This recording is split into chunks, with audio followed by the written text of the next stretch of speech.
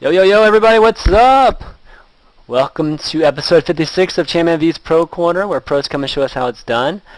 Today, you can notice I have a little bit different overlay tonight, but I was kind of wondering if you guys like this, or do you guys like this better? Because I'm kind of liking this a lot better, and you guys can kind of see more of my room, and you can see this my dry erase board I always reference. I always write all the shit I have to do every day down and my laptop and stuff. So I don't know. You guys let me know which one you like better, because I don't know. I'm kind of liking this, but yeah, second view, cool. I don't want to ever see my room. Okay, I see. No problem. But yeah, tonight, guys, we got the WCS US champion on today, ROOTViBe. The guy's awesome. I wanted him to go through some ZvZ with us because I feel like his micro is one of the best, I think, in North America, especially for Zergs. So any of you guys that watch the stream, you can actually see how fast he is and how great he is. So I definitely wanted to have him on here and not just talk about strategies tonight, but we'll go over some micro mechanics tonight too. A lot of these replays we'll be going through. We're going to be doing 3 replay analysis and a few live games. But the replays that we have, they're very, very Ling Bane intensive in the beginning. So lots of just really quick decision making, which we'll discuss, and then a lot of just unit control that that we'll need to discuss.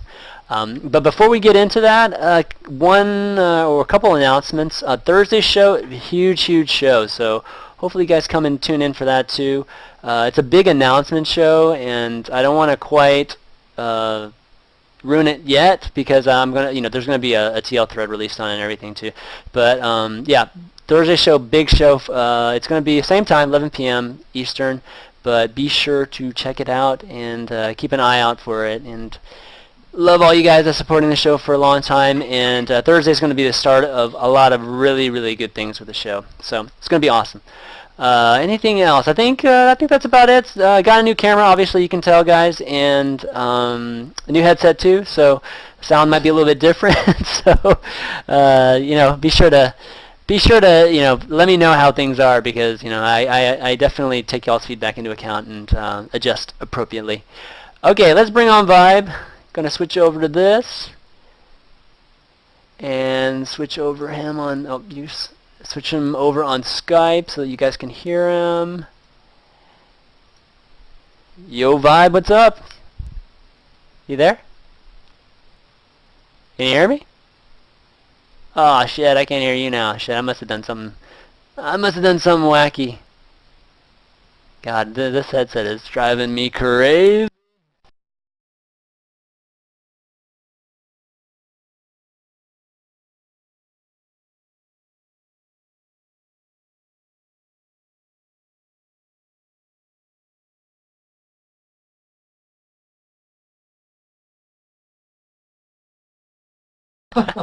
Sorry guys, I think the stream went down for a second when I pulled the plug on my headset. But yeah, anyways, yeah, Vibe, I was just talking a little bit about winning the WCS, and what did you think of the games? I mean, you took down Idra, right? And you took down Idra, beat obviously in Sur, right? The path I went through was Boyle, State, Idra, oh god, Hawk, yeah. Ranged, Insur, and then Daisuke. Yeah, that's about as hard as you get, I think, in NA. Yeah, I mean, I feel like personally the 2 closest matches for me though were against State and against Idra, because I actually lost the first game in both those series, and those were the only 2 games that for series-wise that I lost the first game in. And I don't know, man, I was in a bad mindset going into the rest of that because I thought I was going to lose to both of them after I lost the first game, but beating them felt pretty good. Yeah, coming from behind's always great, man. It's always a great feeling. Let's see, is the stream back up yet? Yeah, it's back up. Cool. Alright, so let's go into some ZvZ tonight. And first off, what do you think about ZvZ right now? Because I feel like a lot of people are, at least spectator-wise and casual community members and viewers, are starting to enjoy it a little bit more, because it seems like games are going a little bit deeper and into late game, and sometimes, I mean, more often than not, hive units. Yeah. Just in the really high level games, right? What's your thought on it right now? It's honestly, I think it's just because the one base all in that you used to see a lot has been kind of weeded out because people have kind of learned how to defend that. Really, all you need to do is put 2 queens on your ramp and you're good. Like it's not going to do anything by that at that point. So like a lot of people, they go for more of like a macro game now. Like sometimes people will still all in, but it's a lot less common, I'd say. So you have a lot more of a chance to get like a good macro game going on. And then since the macro game has been developing for a while for most Zergs, like a lot of people are kind of catching on to when they can and when they can't drone. Right. Which allows people to be like, instead of like losing to that roach push or something early on because they made too many drones or something, people are actually learning how to get to the mid to late game. And most games now, at least for me, go into like hive tech. So like it doesn't have to necessarily be hive units, but it's always at least like a 20-minute ZvZ if it's not like an all-in or something. Right, right. Yeah, and I think, what do you think, the Zergs that I've been watching or talking to, I feel like the openings are either 15 hatch, right, opening, then this is like kind of the more macro-oriented style that you're talking about, or it's just the 15 pool because they're afraid of, just that early pool, just kind of, I mean, a lot of people call it the coin toss kind of victory against a 15 hatch. What do you think of that? Is that still a coin toss going 15 hatch against like a 8 pool all in? I think it's me personally. I've had a lot of Zergs like all in me when I go 15 hatch because I go 15 hatch a lot, and I don't know, more or less the only times I ever really die to a Zerg who does the early pull is when they either pull drones with their lings and I go really greedy and I do something like 15 hatch, 16 pool, and then I have drones and lings in my base before my lings are even being built yet. That can get kind of hard to defend. But most of the time, I don't know. I feel like if someone just does like a standard 10 pool and they send like 8 lings at you and they go back to droning, you can easily just like micro your drones a little bit and you'll defend it and you'll end up ahead. I don't know. That's just how I feel. It's all about micro, in my opinion, against early pool. So how many, percentage-wise, how many times do you think you lose to just, those early pulls against 15 hatch? Because I've seen you do some awesome things against it. I'd say whenever someone is really committed to, like, they're not going to have any type of a macro follow-up to what they're doing in the beginning. It's just pure all-in. I probably lose to that, I'd say 60% of the time. Oh, okay. I lose it more than I beat it. But whenever someone always goes for a macro follow-up, when they're choosing my fast hatchery, I probably beat that like 90% of the time, 80 to 90% of the time. Like I almost always beat that. Like every once in a while, I'll slip up and I'll like miss micro everything and I'll just die. But most of the time, I can usually out micro someone with only drones versus only lings. And when they only send only lings, that's when they have a macro follow up. I see. Okay. And with the drones, I mean, are you doing like the hold micro and that kind of stuff, or is it just more just movement? I'll literally send all my, like, whatever drones I have, I'll send them to attack the lings, and I'll bind camera hotkeys to mineral lines outside of where, like, on the other side of the lings, wherever they are. Nice. And then if he commits to my drones with his lings, I'll hit the camera hotkey, mine the minerals, and then, like, 2 seconds after I mine the minerals, I'll attack the Zerglings as I, like, surround them. And after I surround them, I'll just pick, like, whatever drones I see with, because I always have health bars on, whatever drones of mine I see taking damage, I'll just tell them to stop attacking, and then I'll re-attack with them. So you actually click hold position and then I don't click hold position. I just say like move away. Oh, okay, got it. I say move away. I say go attack again, because when you do that, a Zergling's AI is going to be like, I attack anything that's aggressive and not anything that's neutral to me. Right. And when a drone's on move command, it's neutral, and when a drone's on attack command, it's aggressive. So if you just move drones that are being attacked, the lings stop attacking them, and then you can out micro lings that way without losing any drones. I see. Yeah. Okay. I mean, is it instant? Is the actual? If a Zergling is like gonna attack, if it just attacked a drone and it's about ready to attack again, and you tell it to stop attacking, it'll turn and attack something else. Okay. Okay. That's good to know it's instant. It's not like some kind of lag there. That you could do it too fast almost. You know what I mean? Okay. Awesome. Okay. Yeah. I mean, what we're gonna do tonight is we're gonna go through 3 replays with Vibe. And funny enough that a lot of, these 3 replays don't go into Hive, but all of them have to do with early, just a lot of early aggression, whether it's from your opponent or from yourself. So I think there's a lot of stuff to go through that. So why don't we get started? I'm actually on NA, but I know these replays are on Korea, right? Yeah, I'm on Korea. But I can actually watch. I was watching them earlier on NA, so Which one do you want to start with? Let's go with the anti-cheese one. All right. And typical Korean server fashion, you're playing against a guy that's all barcodes. Pretty much, man. Yeah. Every day. Exactly right. It's like I know DRG plays some barcodes, but everybody plays barcodes. You look at like Grandmaster itself is like 1/4 barcode, and then every like master individual division is probably like 15 barcodes in there. Oh really? Oh my gosh! Right. There's probably like 1,000 barcodes on Korea or something. Everybody does it. That's crazy. All right, let's go to 2 minutes, and then we'll just take it regular speed through some of these, because I think stuff happens so fast in ZvZ, so I don't think we can actually do even 2x with it to really discuss it. We might even pause some here. I think it would be good. That's fine. To really go. I'm at 2 minutes pause right now. Okay, so 2 minutes pause, and right now it looks like your opponent is not 15 hatching, right? So he's going 15 pool here. Yeah. And that's kind of what we were talking about before, and it's and against a 15 hatch, like it's not dangerous either way, right? Like this is more like the build that my opponent is doing. This is more of like a new build that's been kind of popping up to defend against all-ins. Mm-hmm. And what it is you go 15 hatch, either 15 hatch 16 pool or 15 hatch 15 pool, or 15 pool 16 hatch, or right. 15 pool 15 hatch. So you do the pool before the hatchery, and what that does is it makes your queens come out, or your initial queen come out a little faster, and it also allows you to have lings faster if you need them, but you still get your expansion relatively fast. But this build, the drawback to it is if your opponent goes for expansion first and then pool, he's going to have 2 queens before you have 2 queens, and he'll have his larva production off his other hatchery before you have yours. Mm-hmm. So you do end up a little bit behind if your opponent does a 15 hatch. I mean, is it enough to be behind where, I totally get that, like, definitely, like, he'll have lings out first, but will the distance between the bases make up for it? So, like, if he decided, okay, I have to play defensive because of the different build matchup, is that enough, or is he actually even further behind than that? Like, if you sent your first lings over, would his lings pop out yet? He's going to have lings before me in this game, but if we were to send lings to me, I could easily have lings out in time to defend his lings. Because his pool, like the difference is, now my hatchery is about 30 seconds faster than his, and his pool is probably going to be 30 seconds faster than mine. Yeah, that's the only difference. So it's not enough time for you to be like to get lings into someone else's base and kill them. It's more or less a defensive build, not an aggressive build.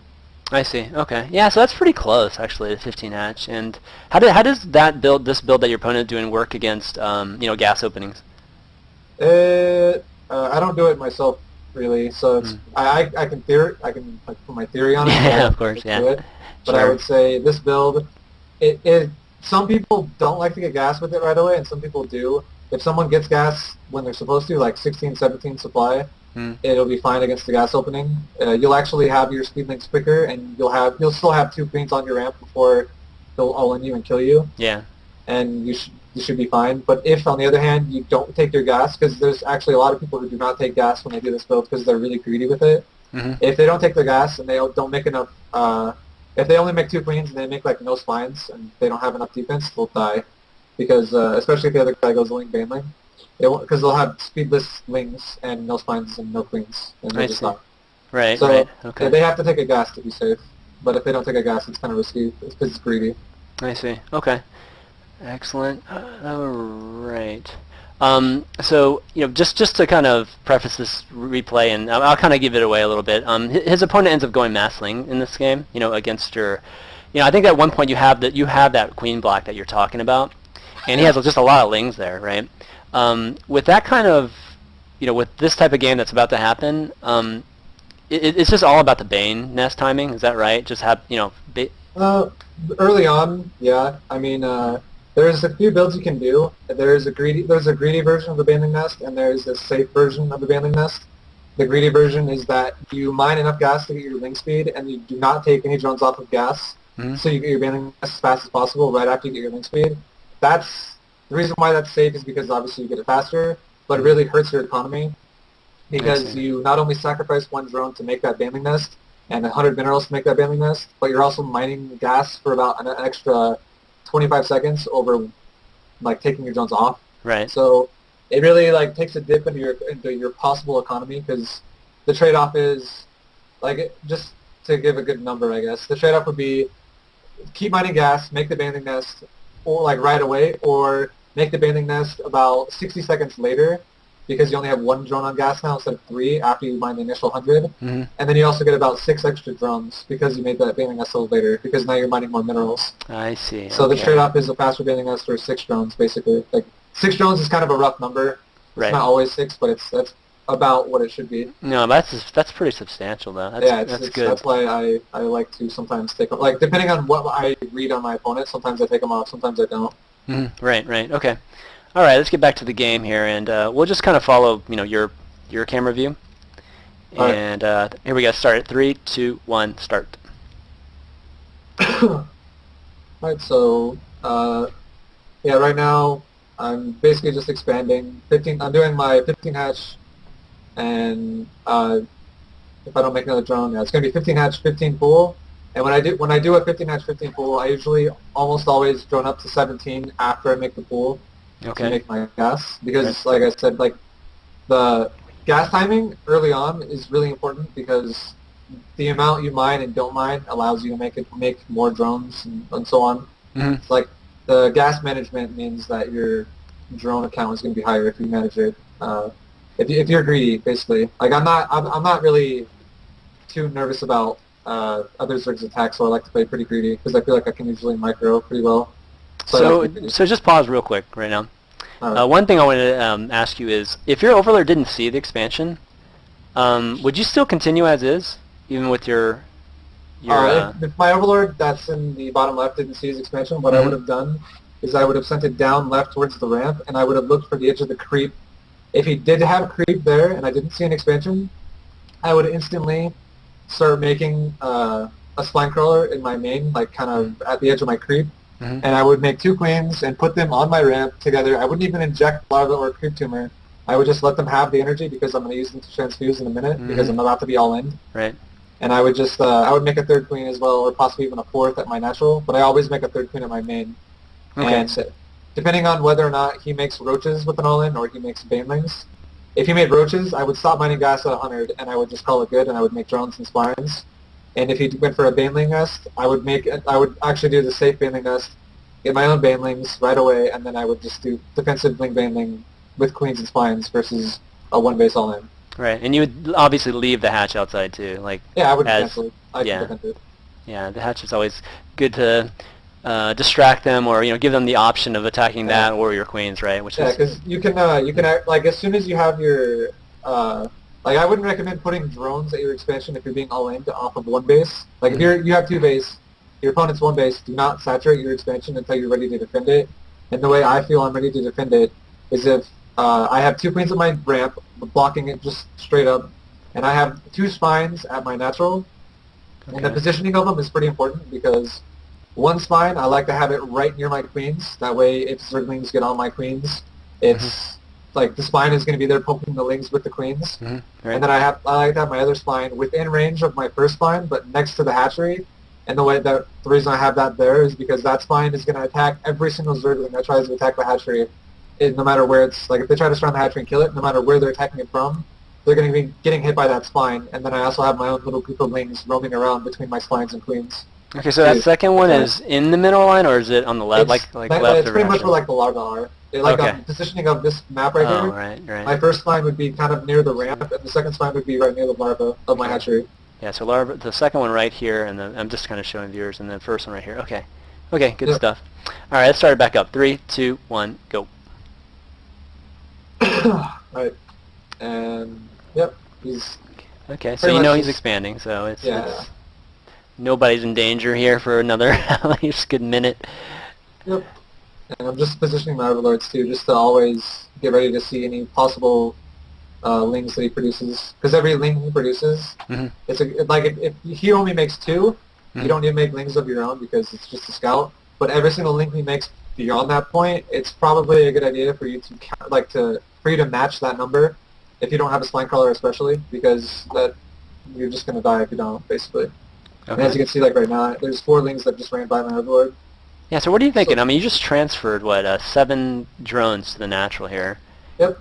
I did that because he normally, I don't know if he's all-in me or not yet, but that's pretty sloppy too. I lost that drone. I don't know if he's all-in me or not yet, but 2 Zerglings cannot kill 7 drones if I micro them at all.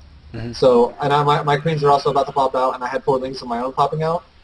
So I felt pretty confident transferring. And when you transfer like that, and you look at the income tab here, my income's a lot better than his because I'm mining nothing but close mineral stacks for the most part. Right. So it does make a big difference in your economy rather than just mining off one base. Right. Yeah, I never thought of that. Okay. Good stuff. Okay, so right now, you've seen 4 lings, and your overlords are actually in great position, so you see any reinforcements. Right now, all you're seeing are lings coming across, right? So you're not droning at this point at all, right? Well, actually, you are droning, actually. Before I saw those lings, and this is why the stalling can get kind of scary. Is if you're too greedy, which is what I definitely was, because if you look at the income tab, I have 23 drones. He only has 15. So I played this way too greedy, and now if you look at the production tab, I'm making nothing but lings. Okay, so pause it right here. All right. Like, I think this is a pretty important position because I think a lot of people lose, like just right here, right? Yep. Because outside you just had 4 lings and all your drones outside, and he has like what looks like he has 21 lings here, right? And that usually is just ownage, right? Without bane. And even has more streaming in across the map because Marvel can see them too. So I know at this point I'm pretty much being all in, and the reason why I was so greedy was because with drones is because I did not take my drones off of gas, so I did the safe baneling build. And when I do a safe baneling build, I like to be a little bit more greedy with my drone production because it compensates for mining all that gas because now you're making more. You're still trying to make drones to replace the economy you're kind of missing out on right now. Because if I were to be making lings and mining all this gas, I would have no economy at all to work with. It would be a really bad economy. So I was basically banking on the fact that I was going to have banelings in time for his all-in to defend it, and I really didn't. Like, this all-in is happening pretty fast. So now I have to deal with a bunch of lings in my base when I'm not ready for it, and the way I'm going to deal with it is he's committing to my main. So if you look at my natural, I have 3 banelings morphing in my natural. I have lings split up between my main and my own lings split up between my main and my natural. Whatever base he goes to, I'll make banelings at the other one.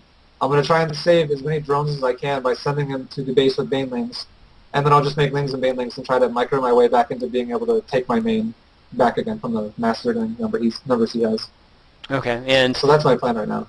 Okay, I see. And you're just pumping out lings at this point. You're not going to you're not anticipating losing a queen and kind of replacing the queen at this point. Yeah, I need all my money in lings right now. The queens take way too long for them to be effective in this kind of a fight to make more. And he's already reached my ramp, so more queens are just gonna die. Like, it's just gonna be a poor investment of money. So what I need to do right now is just make as many bandings as I can for the little gas that I have at the moment, and then just make lings to cover them. Okay. Yeah, I think this is the part where it's kind of miraculous. So, all right, let's start it up again, and we'll call pauses whenever you think it's something good to talk about too. All right. 3, 2, 1, go. So he's running right into my main, and at this point, my lings, I kind of sacrificed them because my speed wasn't done yet, so there's really no point to run them away. But in the time that his lings went for my other slow lings, I decided to try and save as many drones as I could. I saved the majority of them, and now I'm just running my banelings around here. Actually, just pause it one time more really fast. Sure. This is, what I do here is I put all my Zerglings, I put them all in the same control group, which is group 1. And I put all my banelings in a separate group. I don't even put my lings and banelings in the same control group because the way I micro my units is when I know I'm being attacked by a lot of lings, I will send all my lings to attack, move the ground wherever his Zerglings are, so they're going to meet up and hit each other, and it's just going to be lings versus lings. And then I always have my banelings on move command. I do not ever let my banelings sit idle, because if they're idle, your banelings will auto-detonate themselves on his Zerglings. And if you have your banelings on hold position, same thing. But if they're moving around, they'll just be attacked by Zerglings and they won't blow up until they stop moving. So what I do is I'll have my lings, like say I have my lings and he has his lings, and they're all in like a big line against each other, like a big concave. What I'll do is I'll tell my banelings to move into his Zerglings. And as my banelings get close to my Zerglings, I'll tell my Zerglings to move behind my banelings. That way my banelings and Zerglings will shift positions, and if he doesn't move his Zerglings back, all his Zerglings will get detonated, basically. And that's probably the biggest point in microing Ling Baneling is do not ever let your Banelings be off of move command. You always have to have them on move command when you know his Zerglings are around you. And adding to that too, like you never detonate them unless you're Xing it. Is that right? Pressing X? Sometimes if I know I'm about to get a sweet hit, like if I'm doing what I said how I said, like I switch them up and I have my Banelings in front, I'll do that on attack move because if I know I'm close, I'm gonna get a chunk of him, and if he pulls back right away, I'll just pull back myself. I'm not gonna keep chasing on attack move while he runs away from me because then that's when we'll start sending single links back to kill you. Yeah. But yeah, for the most part, I will send my Lings or my Banelings on attack move when I'm close to his Zerglings, like really close. Otherwise, it's just move command. And the only time I ever detonate my Banelings, personally, I don't know how a lot of other Zergs do this, but I personally only detonate my Banelings when I'm in worker mineral lines, because workers are not again workers are neutral. So your Banelings, if you tell them to if you tell your Banelings to go on attack move in a worker line, they're going to go for like a queen or something, something else that's there that's aggressive. Right. And also, if you tell your Banelings to like attack like a drone, and that drone's not within your range to actually attack it, your Banelings could be waddling in between like a ton of drones, but not actually blowing up because you're trying to hit a drone that they're out of range of. Right. So that's the only time I manually detonate. Because really, you gotta kind of expect for other Zergs you're playing against to always pull back when when Banelings and Zerglings are running into each other, and you're like, oh, I'm going to get a detonate by manually hitting it right here. A lot of Zergs will pull back if they're paying attention, and you're just going to waste the Baneling. So I definitely like that. I think it's like best case it achieves the same thing, right? Yeah. And then worst case, you actually keep your Banes with the A move versus the X. Yeah, I definitely like that. Good, that's good stuff right there. Okay, so one other question, kind of a follow-up to you moving the Lings back and kind of switching places. Generally speaking, the whole move command with the Banelings, do you psychologically do you just use them as just like a scare tactic a lot of times to get free hits with your Lings? I mean, is that? Sometimes I do that. Like. There'll be a lot of times too when I actually don't want my Banelings to be detonated until he kills them for me. Because like in the way I'll do that sometimes is, let's say I have 7 Zerglings and 1 Baneling. He has 10 Zerglings. I could actually, unless I know I'm going to get all his Zerglings with that Baneling, I'll obviously detonate it then. But let's say he sends like 5 of his Zerglings or 4 or 3 of his Zerglings to like chase my Baneling because he wants to get it down quick, and then before it dies, he can pull off all but 1 or something like that. Sure. While he's chasing that Baneling, all those Zerglings are having their time wasted because they're chasing a Baneling. Meanwhile, the rest of my Zerglings are still all like attacking, and they're all being used efficiently. So sometimes I will use my Banelings as just like meat shields, and I do that against Protoss a lot too. Like I will just send my Banelings in, and I will not detonate them. I'll let the Protoss kill them to detonate them for me. So they're soaking up damage while they're exploding on things. I noticed a lot of people like to do it like within opponent bases too. Like I know a lot of folks, like lower level folks, will just go straight for the mineral line, and that type of thing. But I noticed a lot of pros they use their Banes just to try to get the better end of the unit exchanges, right? The actual attack unit exchanges. Another thing too, like what you're talking about right there. A lot of people, when they get into a mineral line, and let's say you have 20 Zerglings or 15 Zerglings of your own, and 4 Banelings, and your opponent has 25 drones at his main mineral line and gases and everything. And as your Banelings are running up there, he splits his drones up little by little. Now he's got like 6 groups of 4 or something. It would actually be better for you to zone out his Zerglings and let your Zerglings of your own kill his drones efficiently than just wasting all your Banelings on a few drones, and then now you're Banelingless, and now he can actually overrun you with his Zerglings. So sometimes they're better in zoning purposes. If you know you're not going to get a really sweet hit, don't just throw them away because they're going to be used inefficiently, and just save them and just move them around and stuff. And that's usually the better way to go about it. Okay, yeah, I mean, not to mention the drones just don't mind either. Even if you don't detonate them, they're just sitting there. Exactly, good stuff. Okay, great. All right, start this back up. 3, 2, 1, go. So like right now, I'm moving my Banelings. As you can see, there's Lings. He's trying to send them single file at my Banelings, so I'm not letting them blow up. And right there, he sends them all of my Lings, and then I switch them up, and then I blew up like 7 Zerglings right there.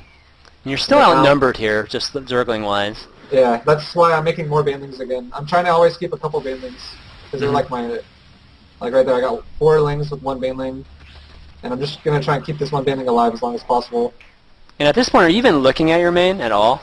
No, it's there's no point. My main's kind of like forfeit at the moment until I at least cover my natural. So, like right now it's kind of scary because I'm actually out of banelings, so I need to make I need to make a baneling as quick as possible, but I also have like no money. So I'm in kind of a tight spot here.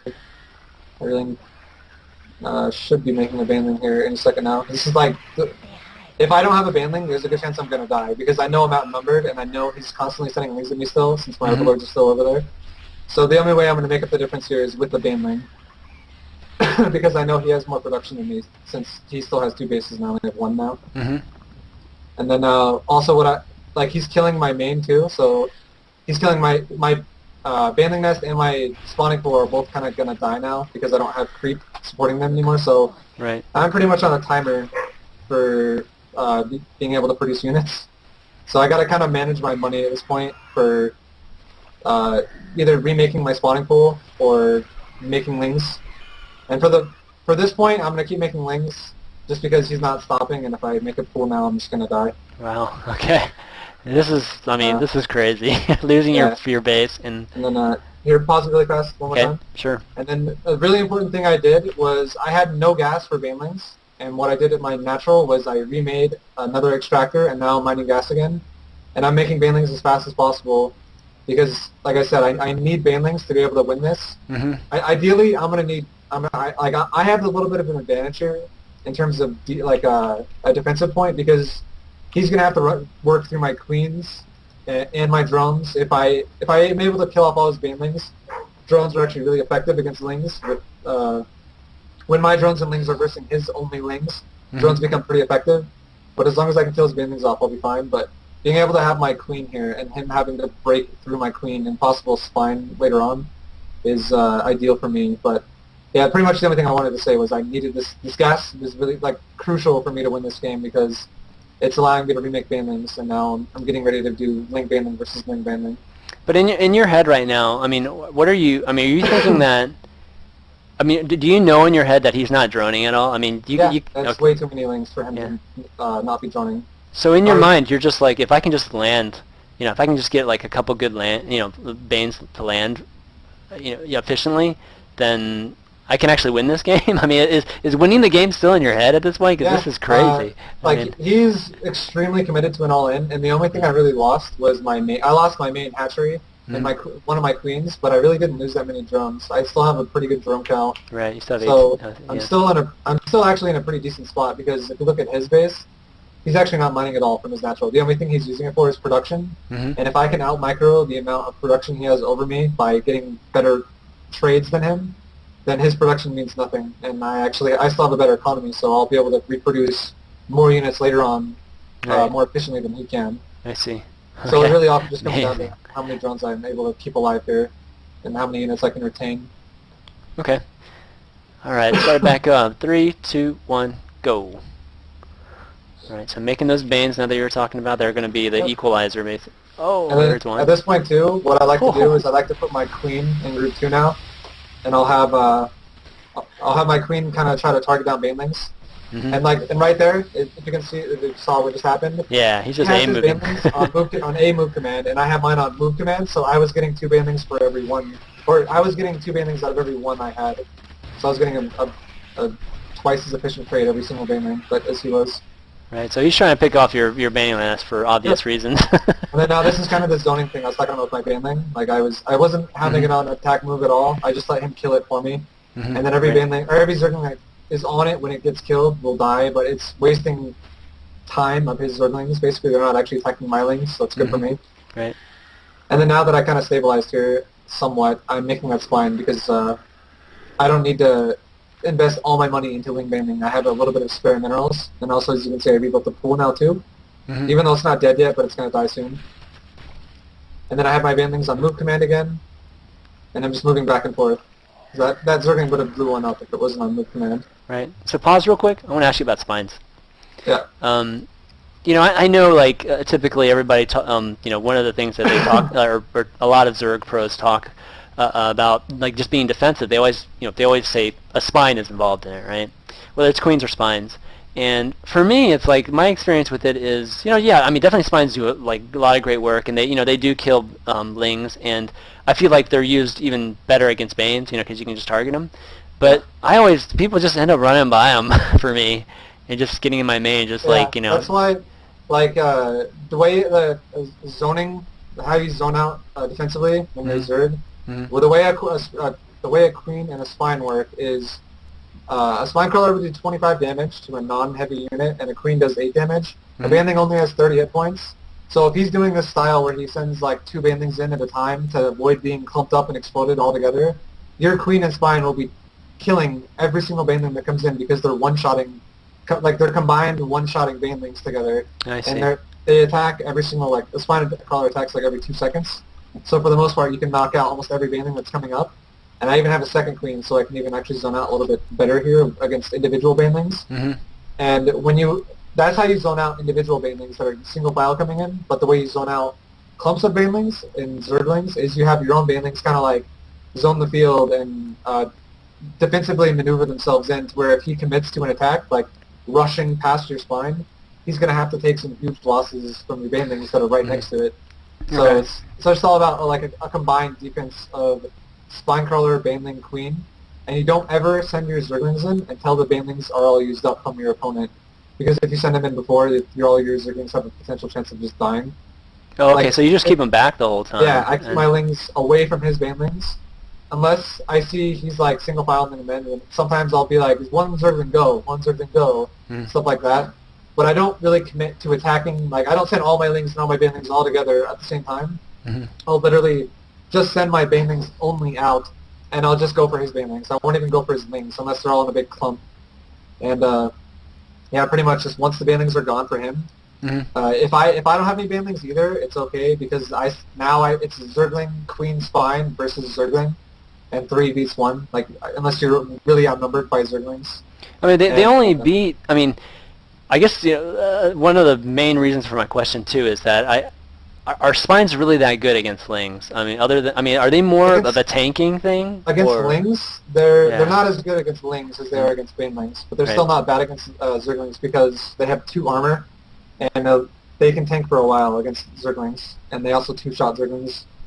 The amount of damage a spine does with zergling is a little bit less of the. It takes 2, right? Of the spine. Does it take 2 shots to kill it? It does, yeah, right? Yeah, spine armor does 25 damage and only has 35 health. But the big thing is the armor of the spine. It has, like I said, it has 35 armor. Right. And then if he actually goes for that, and let's say you have like a transfusion on your queen, your spine collar is going to soak up about, I don't even know how many attacks is 800 damage, but if you really, like a zergling is 5 damage, but it's only really accounting for 3. So it's only doing 60% of its damage, and then if a Zergling has to do 3 damage per attack to a spine crawler, that's going to have essentially 425 hit points because it's going to get transfused. And on top of that, it's also regenerating hit points in the meantime. It's going to regenerate probably 10 hit points throughout the whole process. It's going to take about 800 damage, effective 800 damage overall, and that's a huge number for his lings to be wasting their time. Right. So I mean, as a person engaging D-base, like let's say I'm your opponent. You would say just engage the lings, right? Don't even bother with the spines or even the queen. I mean, should you? I mean, those two things are. If I'm attacking. If you're attacking with only lings. Yeah, don't even go unless you know he only has spines. What you can do is you can send, like if you have a ton of lings and you're going to an open base that only is defended by spine crawlers, you can let your lings attack spines, and then for the you can like green box a chunk of them that are surrounding the spine, kind of like running around doing nothing. You can tell them to okay, you guys go kill drones. Meanwhile, the 8 zerglings or 9 zerglings that are surrounding the spine, you guys go kill it or something like that. Okay. But it's I don't know. It's more or less like if you're really trying to bust someone off one base, don't really go for spines unless it's with banelings, and only bust spines with banelings if you have enough banelings to have like some remaining after you bust the spine down. Because if you blow all your banelings on spine crawlers and he has a bunch of zerglings of his own, you're just going to lose anyways. So I see. Yeah, it only takes 4 banelings to kill a spine too, so banelings are a lot more efficient. Oh yeah, that's way better actually. Okay. Yeah. Okay, cool. Let's keep moving on. 3, 2, 1, Go. Yep. And so now he's making a wrap around, trying to go back into my base. Mhm.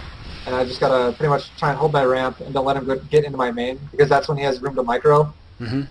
And now you can see I got a decent banelink hit there, knocked out about like 6. And he engaged Spine Crawler. He engaged on my Spine Crawler and my Queen. Yeah. And if you look at it, my Queen lost 100 health, the Spine Crawler lost 50. That's probably... Exactly. And the Queen also has 1 armor on top of that, so these things aren't going to be doing full damage against her either. And that's probably like 40 attacks of Zerglings that didn't do anything. Mm-hmm. Yeah, he could have got a better surround on your existing existing links. And now he's making another attempt into my base, and I'm actually making an attempt into his, but he has 2 banelings or 2 queens blocking the ramp with a lot of energy. So at this point, it's kind of pointless. So I'm just gonna go back and I should just fall back to my base. Mm-hmm. Actually got a good baneling hit there, and now I'll fall back. And then meanwhile, he sent another round of links at my new main base that I'm retaking, and I ended up defending it, so I didn't have to cancel. So it's pretty good for me. Yeah, he's just still balls that all in. You think he would have backed off there, because it felt like a lull in the game right there. Yeah, the most Zergs will kind of drone after they realize they have the advantage, and he did have the advantage at one point in this game. Right after he killed, like, there was a point where he was up on drones just a little bit, and if he started droning behind that and then preparing for, then he took the advantage to defend my attacks, he would have been in a better spot, but he committed to an attack pretty much this entire game, so it's kind of allowing me to, if I make good defensive holds, I'll be actually ahead at that point. Right, exactly. Rebuilding your Bane nest. Yep, and that's at this point were you worried though, just not having the ability to build Banes? Exactly, yeah. Not having Banelings and him having potential Banelings is a really scary feeling, because there's nothing harder to hold than when you're outnumbered in Zerglings, and if he has Banelings on top of that and you don't have any Banelings, it's almost impossible to hold that. It's extremely hard. Okay, so right now, I mean, you feeling okay just because you know the Banes are coming out? I feel like if I can save my drones, my Queen's going to die for sure, but if I can save my drones by running them through my Banelings and kind of getting some good hits off here, I'll be okay. And I got a couple of good hits off right there. Yeah, which as long as you have aggressive units on the board, they're not going to kill drones, right? So. Yep. And then I actually saved the majority of my drones, and I'm remaking Banelings as fast as possible again. And I just got to save these drones. I still can't re-drone yet, even though I really want to. But I just got to deal with these lings, get them out of my base as quick as possible, and then I should be okay. And I saved actually the majority of my drones there. I microed them a little bit. And then now, once I stabilize here with a few banelings and a few lings. Yeah, that was so good. Your one baneling allowed that group of lings to pick off right now, 6. Yeah, I'm not actually detonating them either. I'm letting him kill them. That's a big part about, like, the longer you have banelings, the more nervous he's going to be about actually committing to attacking you, because if you don't have banelings, he's just going to aim move and kill you. But if you have banelings, he has something to worry about, and if he has something to worry about, it buys you time. So keeping your banelings alive for as long as possible is extremely important, and only really go gung-ho with them and try to kill shit if you know you're going to get like that sweet hit where you're going to get everything. Kind of like right there. Like I got like 7 Zerglings right there. Yeah. Really good. Yeah. And you didn't detonate them because I could tell because it just froze for a second. Yeah. Until it got to that ling that it was. There you go. Ooh, that was a good one too. That was actually a good micro by him. It's a little bit bad by me. I didn't realize that ling was still alive, and one baneling for one Zergling is not what I want right now, and then that one was good for me. Yeah. The next one you're gonna get another good one here. So yeah, it's pretty much just like right there. Like it's kind of also some Zerg, like a lot of Zergs.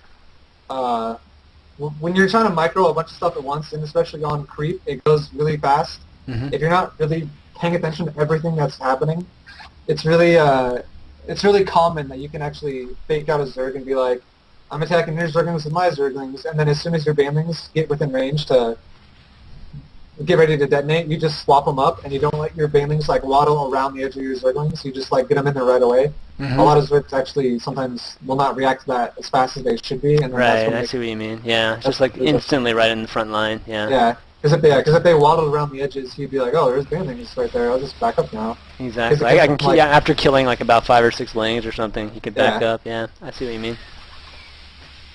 And like right now, I'm just kind of trying to zone out his Zerglings with my banelings on the ramp, and I'm just killing every single drone here at his expansion.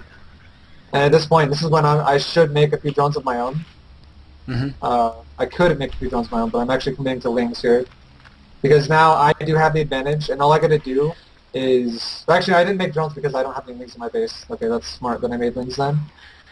All I gotta do at this point, since I know I have a drone lead again, just defend his attack that's about to happen. Mm-hmm. It's if he doesn't attack me, I have a lead, and he's just giving me a lead. So then the way he can take that away from me is by getting a good attack off. And also that's why I'm transferring my drones right now. I don't want to chance this and lose all my drones now at the same time. I'm just going to play it safe, hold my ramp, and if I hold this ramp, I win the game. So you're being really patient there. I think, yeah, eventually you ended up getting that Bane down, but yeah, so patient. And you rebuilt the queen there. Yeah, you built, so talk to me about the third queen, too. Like, were you anticipating losing some of the queens there? The reason why I'm building that third queen is because at this point, I still see nothing but Zerglings floating out of his base the entire time. And I know I just killed a bunch of drones, so I know he's down on drones. And what I'm going to do here is I'm going to keep these queens at my ramp as transfusion queens only. I'm just going to let them keep building up energy to always have enough to transfuse each other if they stay alive. Meanwhile, this third queen of my expansion, it's going to be a queen that's going to be able to zone out Banelings that's not stuck on hold position. And on top of that, it can also continue to inject to keep my unit count up, so I'm not just like forfeiting my injects altogether. Mm-hmm. And I'm investing my money still into Ling Baneling, so I'm not making another queen of my main yet, because I still don't have a great drone account yet. My drone count's just like, it's alright, so I mean, I'm not going to invest too much into queens. Yeah, so it's still pretty much like one base saturation for the most part, right? Mm-hmm. Yep. Okay. Alright, so... yeah, 3, 2, 1, go. Yeah, so it's almost over here, so... Yep. And I'm just trying to knock out that Baneling, because he's actually zoning me out right now off my queens. Mm-hmm. And he actually manually detonated it right there, and I pulled back right as he did it, so I only lost two Zerglings instead of my, like, the 10 or 12 it would have killed if I actually ran into it. That would have cost you the game too, right? Yeah, I would have lost the game if I did that. Yeah, that's ZvZ for you, man. Just like all this hard work and then just one mistake at the end, but it still fuck you over. Yep. And then now that he just sacrificed a bunch of his units, now I'm going to actually just try to push the fight kind of in the middle. Mm-hmm. So it gives me more room to micro with. And if I feel kind of, if I lose my Banelings here kind of inefficiently, which I'm actually not, I'm doing it really well. Mm-hmm. Like right there, actually, I still have Banelings left and he doesn't have any, so that was perfect. Mm-hmm. But if I had lost the majority of my Banelings, like I had about 5 Banelings kind of spread out in a big line, so if I lost my initial 3, he still had like 5 on his side, I would have just pulled back and I wouldn't have tried to engage anymore, and then I would have pulled back to my queens again and just fought on my defensive end. Right. But since I have, since I had a good unit count, I want to try and kind of push the advantage I had at that point to try and like gain some ground towards his side of the map, because if you can gain some ground towards his side and get back into his drone line again and just do more damage to his economy, that just solidifies you to win even more. So yeah, like pretty much just like the fact, the big thing about ZvZ and Ling Baneling, like the grand concept of it is whenever you have your own Banelings, do not waste your Banelings, because not only are they potential like army killers, like you can wipe out an entire army with 3 Banelings of Zerglings. Like not only are they good for that, obviously, but even when they're not killing your army, they're still really effective, because it makes your opponent have to micro like 5 times as hard as you to be able to deal with your army, as long as your Banelings are roaming around your Lings and just kind of zoning out his Zerglings, because he can never ever send a large clump of his Zerglings at your Zerglings. So every single time he tries to send like a few Zerglings at your Banelings, you can always pick them off by outnumbering them. Mm-hmm. So I'd say just keep your Banelings alive unless you know you're about to get like a really sweet hit. And then, just try to keep them alive though. Don't just waste them. Yeah, I think that's the biggest thing to learn from this too. It's just that, I mean, just having just singular focus on trying to explode those Banelings on something is not necessarily the most efficient way of using them. Like don't tunnel vision explosion. Mm-hmm. You're like, oh. Exactly. It's like, oh my god, you're not even paying attention to your Lings, which are probably doing more DPS than your Banes are. And, that's actually something a lot of people don't really pay attention to, is Zerglings with Baneling cover have the potential to do more damage than just Baneling, like wiping out your Banelings, just going for that possible hit. like obviously if you get like an entire drone line, it's a really good for you, and you just made a really good move. Mm-hmm. But if you only hit like, if you weaken like 10 drones and you only kill 5, and then now all his drones are weak, but they're not actually going to die, that's a big waste. Whereas on the other hand, if you just have all your lings kill everything over time, and your banelings kind of just buy you time, it actually does more damage, and it's more like reliable damage because you know you're going to get it done. Yep. And instead of just having that chance baneling hit. Very, very true. Good stuff. All right, I think that was a great replay to start off. I think you did an awesome job of explaining that, dude. Yep. So let's transition to the next replay, which is going to be, I think it's early aggression into economy. I think high economy or something like that. Economically. Yeah, sure. There you go. Yeah, and the Daybreak one. Yeah, the Daybreak one. And this one is a little bit different. This one, we kind of touched on it a little bit, where when you feel like you're ahead, you should drone really hard, right? Yep. And I think this one is a perfect example of that. And kind of switch roles a little bit here, right? Like you end up being the aggressive Ling, like all Ling type of player in this game, right? If I remember this game correctly, I think the reason why I committed to an attack so hard is because this guy went for his gas really late. And if someone goes for their gas really late, they're not going to have banelings in the time that you're going to have banelings. So, like, you have the advantage of having lings and banelings versus probably queens and spines and zerglings. And if you get some really sweet hits, like, if he doesn't have banelings, that's when there's nothing stopping me from, like, running past the spine crawler and going after the drones, stuff like that. Right. So, like... And you're able to scout the gas with the Overlord, or did you get a Ling in there? Like, okay. This is the other thing, too. A lot of times in ZvZ, if you go 15 hatch, and it's a two-player map, so you're not actually scouting incorrectly, possibly. So this map is a two-player map, obviously. So when my Overlord gets his expansion, if his expansion is the identical time as mine, like if my hatchery is 900 hit points when I get there, his is 900 hit points, I know he did not make a pool yet because he's doing the exact same build as me, which is 15 hatch and then a potential 14, 15, 16, 17 pool. And no matter what pool that is, 14 through 17, he's not going to have a queen out in time for my Overlord to now just make a beeline for his main and scout how early he's getting his gases. Okay. So expansion timing is everything in ZvZ because that tells you if you're getting all in, if he made pool first, or if he's doing an economy greedy build. Yeah, and just the actual specific mechanics of that is like right when you see the expansion on the minimap or whatever, you just click on it real quick, and then do you have a hotkey? Do you? I mean, it sounds like you do use map hotkeys, right? I don't use them every game, okay, but I do use them sometimes. I use them. I don't use them late game usually because I usually just use unit hotkeys at that point, and like I use I'm kind of a player that will use 4 control groups of units or even 5, and not just 1 control group of units and hotkeys on cameras. So I more or less use units for my camera locations. But in early game, I will use camera hotkeys if I'm either all-inning somebody or if I'm getting all-in. Right. Okay, so like checking hit points, like talk to me about exactly the keystrokes. The way all I'll do is I have my hatcheries in the same group, which is group 5. That's, yeah. And then I'll have my Overlord scout him, and I'll just green box, select his hatchery and be like, oh, it's at 750. Right. And then I'll just hit my hatchery control group, mouse over my expansion hatchery. Oh, it's 750 as well. And I know that they're identical. Okay.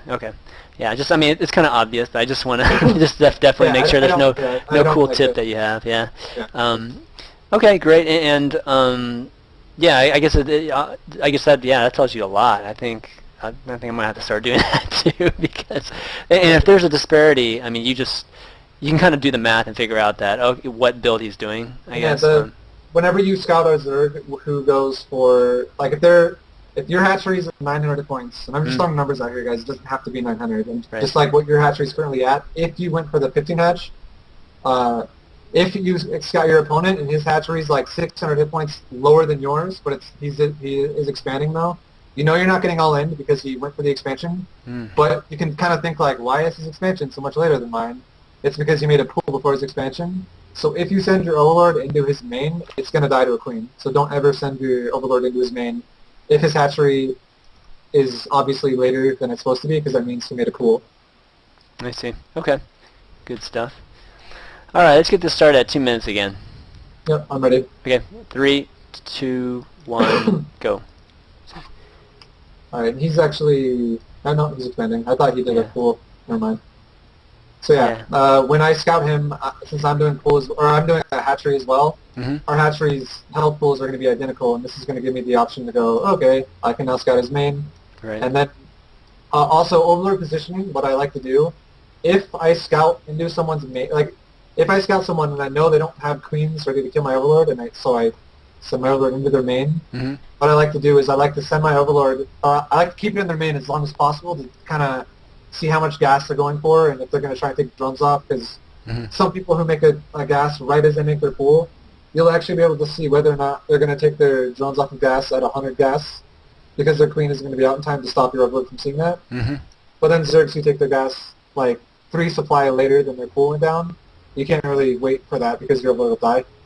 So sometimes I'll wait just to see how long they're going to mine gas for, sometimes I won't. But regardless, what do? I always send my overlord outside their natural expansion to see how many drones they make, and I keep it outside the mineral line. I see. And then I can kind of like poke it in and out, see if they're making a roach one or something. I see. Okay. Is the pathing of the lings on this map like your lings go bottom, his lings go top? Yep. Okay. Whatever side you're on, your lings will go on the same side as you, around the middle. Got it. Got it.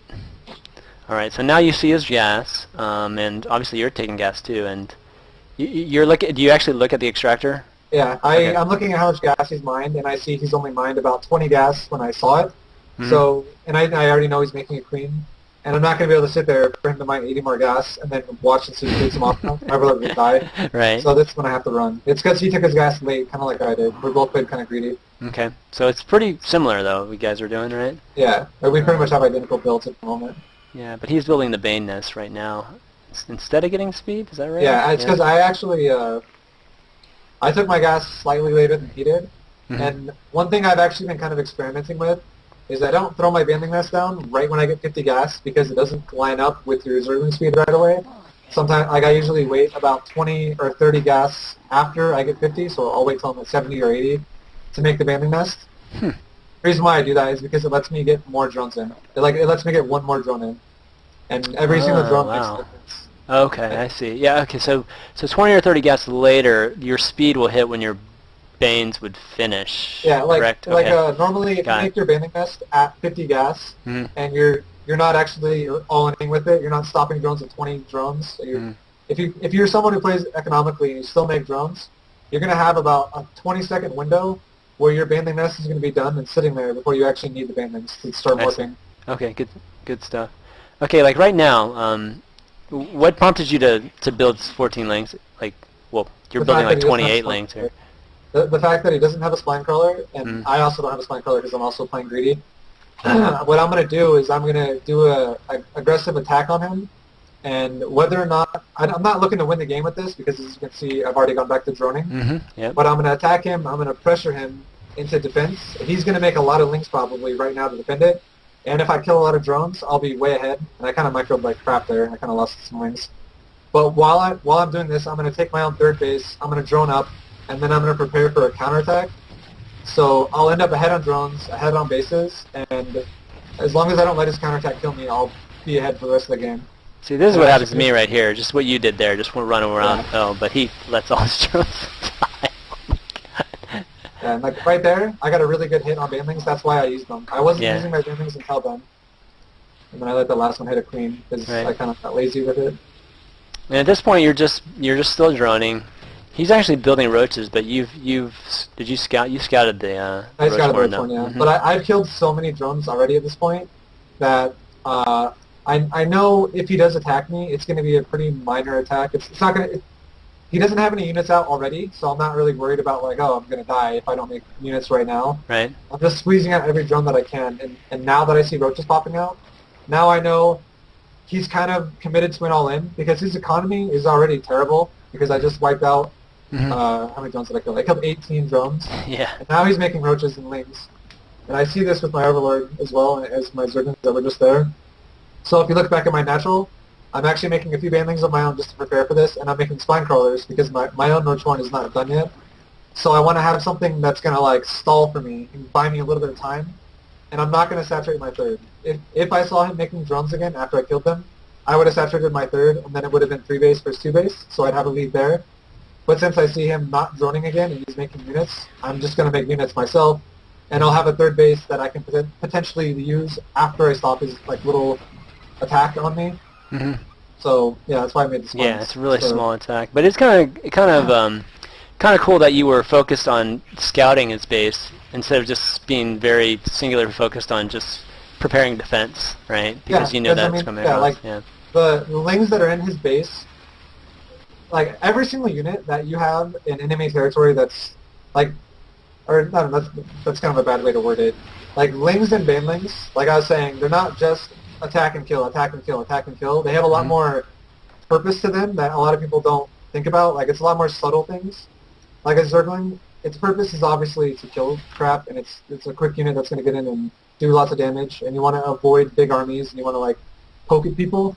But not only that, when I had my lings in his base and he didn't have any lings to kill mine, I didn't just go for I didn't send my 5 lings at a spine crawler with his drones at his expansion, because I knew at best I might kill 1 drone, and then they're dead, and my lings are dead at that point. What I'm going to do at that point is I'm going to keep them for intelligence, like I'm going to keep them alive as long as possible, because not only am I kind of denying his main mineral line by being annoying, so if he sends his speed drones back, I'm just going to start poking at him and running away. Not only am I doing that, but I'm also watching his larva to see what he makes and when he makes it.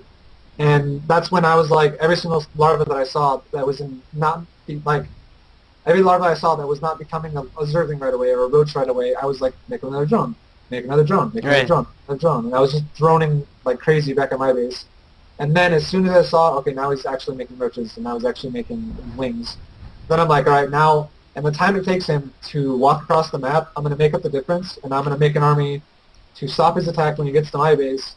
And in the meantime, while he's coming at my base, let's say he's making more units and he's going to continuously all in me, I'm going to continuously have units popping into the fight right away because the fight's happening at my base, not his base. And whereas his units have to run across the entire map every single time. So I get the advantage of positioning. I get units that spawn into the fight, so I can actually make up the defensive units that way. Not only the fact that like they're spawning into the fight, but also that the economy I gave myself and the drones that I was squeezing out while I knew I could, they're going to allow me to make more units than I could have if I hadn't made those drones, because my economy is stronger at that point. Right. Okay. So yeah, that makes sense. It was like a 5-minute speech, but no, that makes sense. Another thing I wanted to ask you too is, I know a lot of people are. It's kind of funny because when you blow up a lot of drones like that, it's so obvious. Like that was just a huge win for you, right? Yeah. But it's kind of funny because a lot of people don't know how to respond actually right after that. You know what I mean? like, and I kind of found it a little surprising that you decided to drone even more, even though like you just blew up like almost 20 drones there. So yeah, like the thing about that, in my opinion, is I have an advantage now that I just killed his drones, and I have 2 ways to go about that. I have a guaranteed way, or I have a potential way. And the potential way I can get an advantage from that point is if I make more units and I continuously get ready to kill him even further, or get ready to deal with his army that he's going to counterattack me with, and then try and crush him. I could do that, but the problem with that one is if he, for whatever reason, gets like some really good positioning on me and I lose a fight, because he got like another thing too in this game.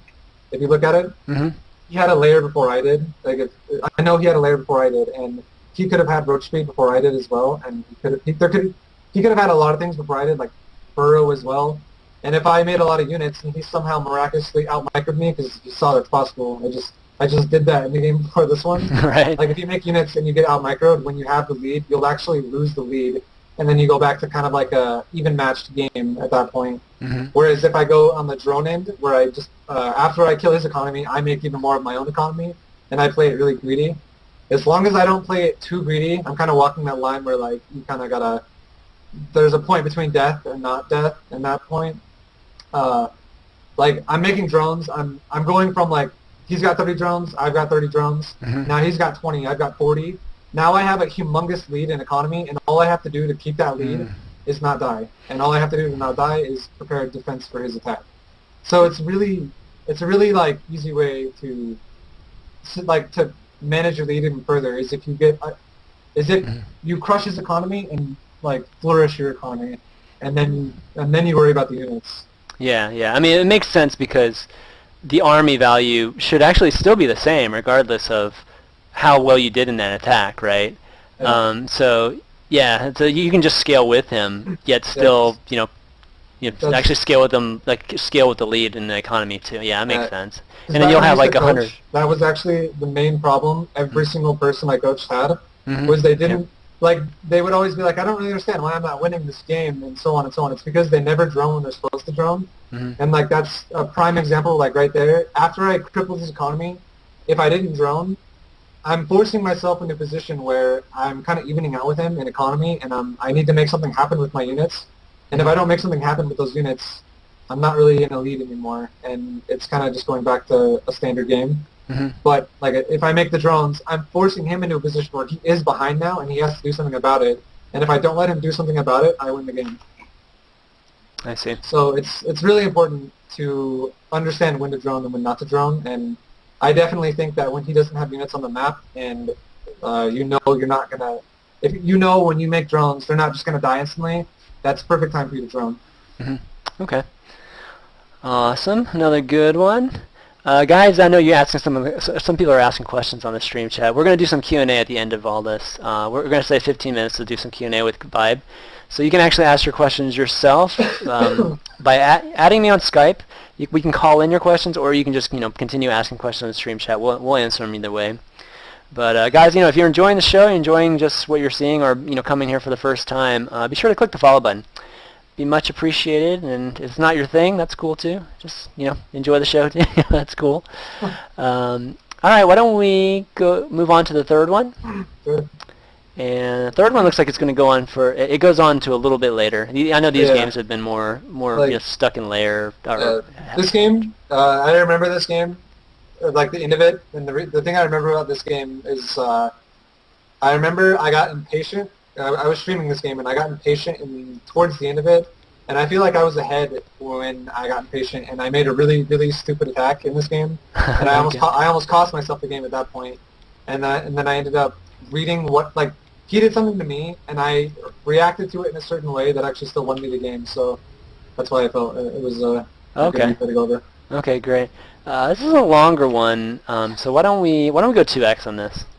Yeah, sure. Okay. I'm at 2 minutes whenever you're ready. Yeah, I am too. All right, 3, 2, 1, go. All right, and this game's probably going to open up relatively similar to the way the last game opened up that we just saw. It's going to be like we're both going to be. Actually, he's going full first. Yeah, he's going full first. We'll see. Okay, he's doing the pull into expansion. This is the build I was talking about, where it's the safer version. Yeah. But neither one of us is going to be all-in at this point.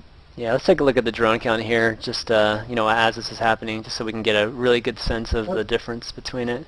He's going to have more initially because I invested that 300 minerals before he does, but then I'm going to probably spike ahead a little bit faster than he does because I'm going to have 2 queens before he does. Right, so okay. Unless I make a lot of wings, I can't remember if I make wings this game or not, but I should pull ahead of him when my queens pop out, because as you can see, like, his 1 queen popped out just now, and he has a second one starting, but both my queens are about to be popping out. So it's like minor differences. Yeah, I mean, it's staggered. It's basically staggered versus your double. Yeah. So you can also, the other thing too is my gas is actually ahead of his, or my tech, or my speed's halfway done already. He hasn't even started to speed it. He just went straight for Banding Nest.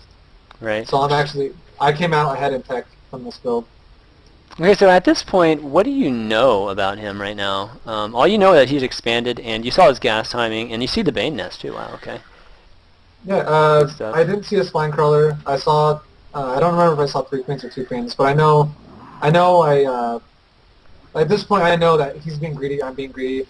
So I'm going to poke in here, I'm going to see what I can do. And the fact that I just killed a queen is really nice, but he's got bandlings and spines. I'm trying to micro it, but I'm actually just going to take a third. Sometimes what I'll do is I'll commit to an attack and I'll try and knock out, like what I did last game. I'll try and knock out some of his economy, and then I'll fall back and let him do something about it at that point, and I'll just drone up. Or sometimes I'll just straight up drone up. Let's pause real quick here. Yeah, sure. I definitely want to talk to you about the third, and just really the concept of when you're aggressive and you're on your opponent's side of the base. of actually building your economy when that happens?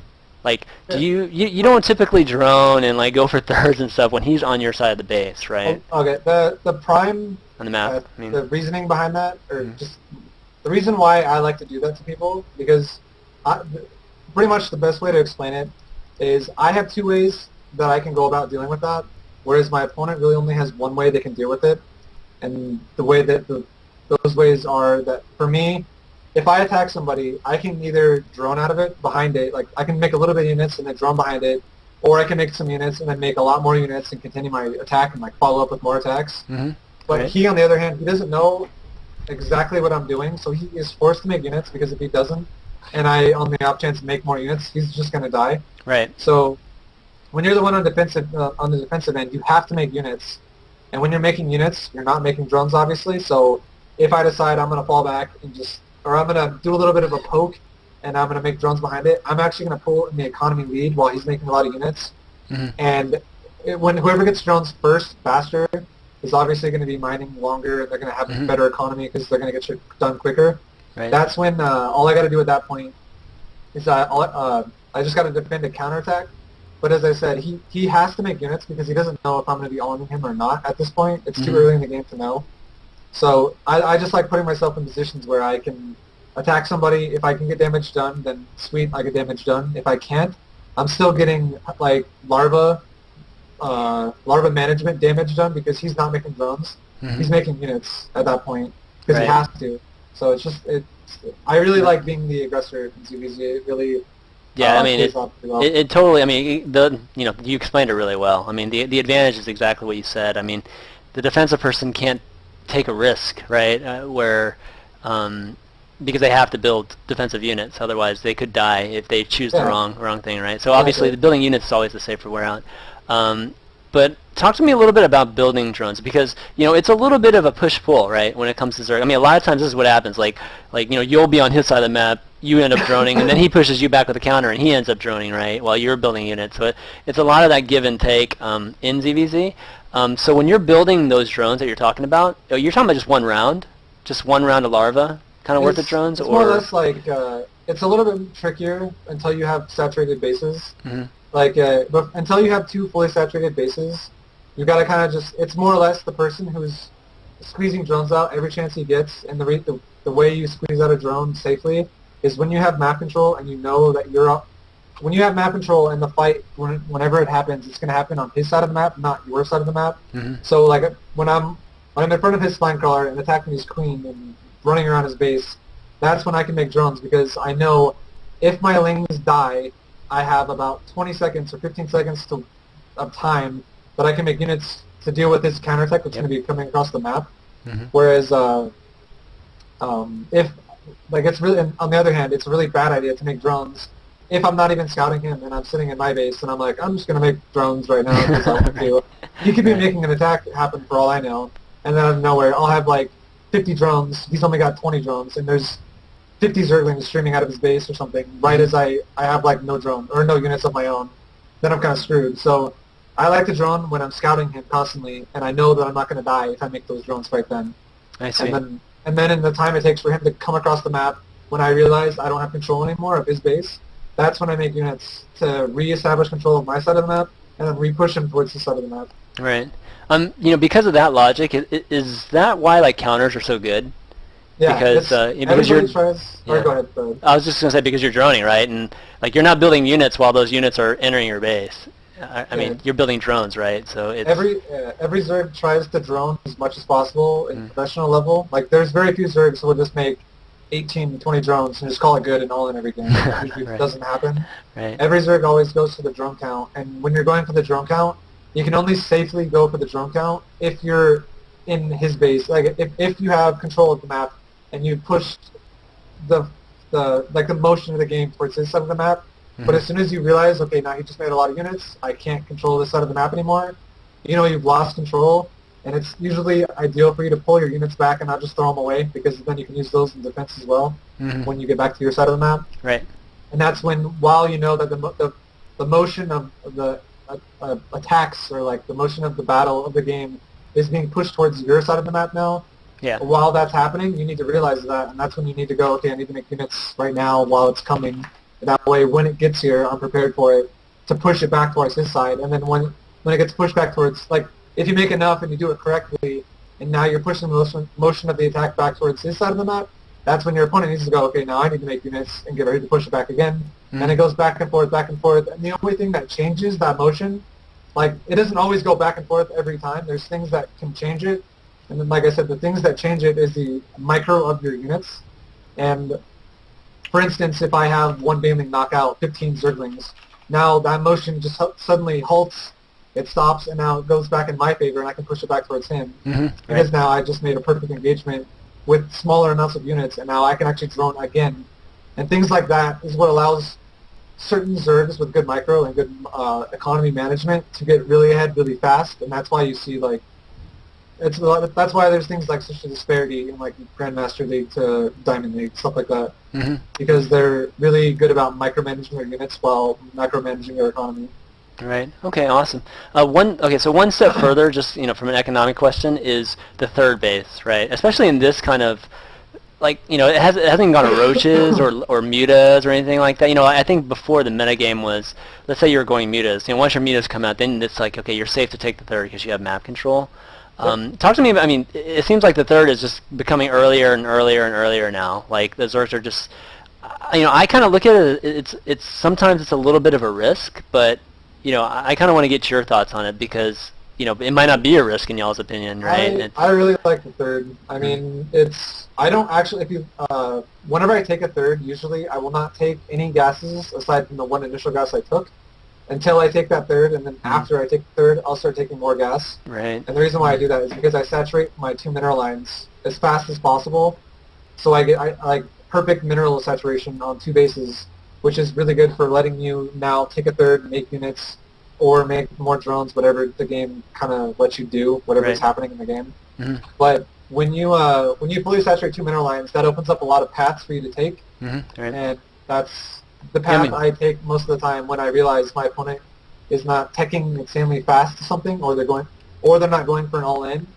is I will take a third, because while the motion of the game is going back and forth, if my economy's better than theirs, faster than theirs, like, for instance, at this point, for the way this game's set up, if I do not let this third die right now, and he just committed a lot of Zerglings to attacking it, I could now, like, if I kill his army, I can now saturate my third, and that now and since my third's faster than his third, that puts him in a position again where he's like, all right, now I either have to bite the bullet and be behind now in economy, or I can attack him again and try and make something happen. And if he does do the road where he's going to attack me again with a follow-up to kill my third a second time, I'll have a better economy than him, and if I defend that attack again now, it'll be 3 bases versus 2 bases in terms of economy, and then I can just instantly win the game from that point, because that's just like a simple numbers game where I'm just going to outnumber the shit out of him, and he's not going to be able to keep up with that. I see. So I like taking that third really quick, because I don't have to let it finish if it dies. Like, if he killed my army off right here and I had nothing to defend it, I could just cancel, and I lose a little bit of money, but I had the potential investment for a good economy faster. Yeah, I got it. If I defend, I win. Yeah. Yeah. Okay. That makes sense, at least. Yeah, for the risk in that standpoint. In mid game, you actually brought up a question I just totally forgot I was going to ask you too, is that, we talked a lot about early game so far in this, this show, but one of the mid game kind of forks, once like this 2 bases like established, and now you're getting more of a little bit in exchange, but there are no all-ins or anything like that. Either you take the 2 base tech, right, or you take the early 3 base, right? That's generally how. The 2 choices, I guess, that are most popular right now in the metagame. Is that correct? Going layer before third? Yeah. Like, 2 base tech, normally it'll have a quick third follow-up. Like, they might make Infestation Pit, or they might make Aspire right away, and then instantly throw it on their third right after, and then just try and, like, the thought process behind that is I'm going to keep you contained in your base while I take my expansion and I have map control. More or less, that's more or less the thought process with mutas than it is with infestors. Mm-hmm. But you can still make it work with infestors. Infestors are more or less defensive style, though. Mm-hmm. But like that, it's always more or less a quick third, I would say. It's just the way people go about it now is some Zergs like to go for a third before they go for layer, and some Zergs like to go for a third just after they take a layer. But it's usually always a third. I don't usually ever play against Zergs who go for a 2-base all-in because it's kind of dropped off. It's not as good as it was before. It's a lot easier to stop just because people know how to play now. Okay. Good stuff. All right, let's continue this. 3, 2, 1, go. All right, so yeah, just pretty much gonna try and defend this expansion. And I got a couple. That's good land. Good wow. hits. I let it finish. That was a mistake. I should have canceled it. I was kind of overestimating the.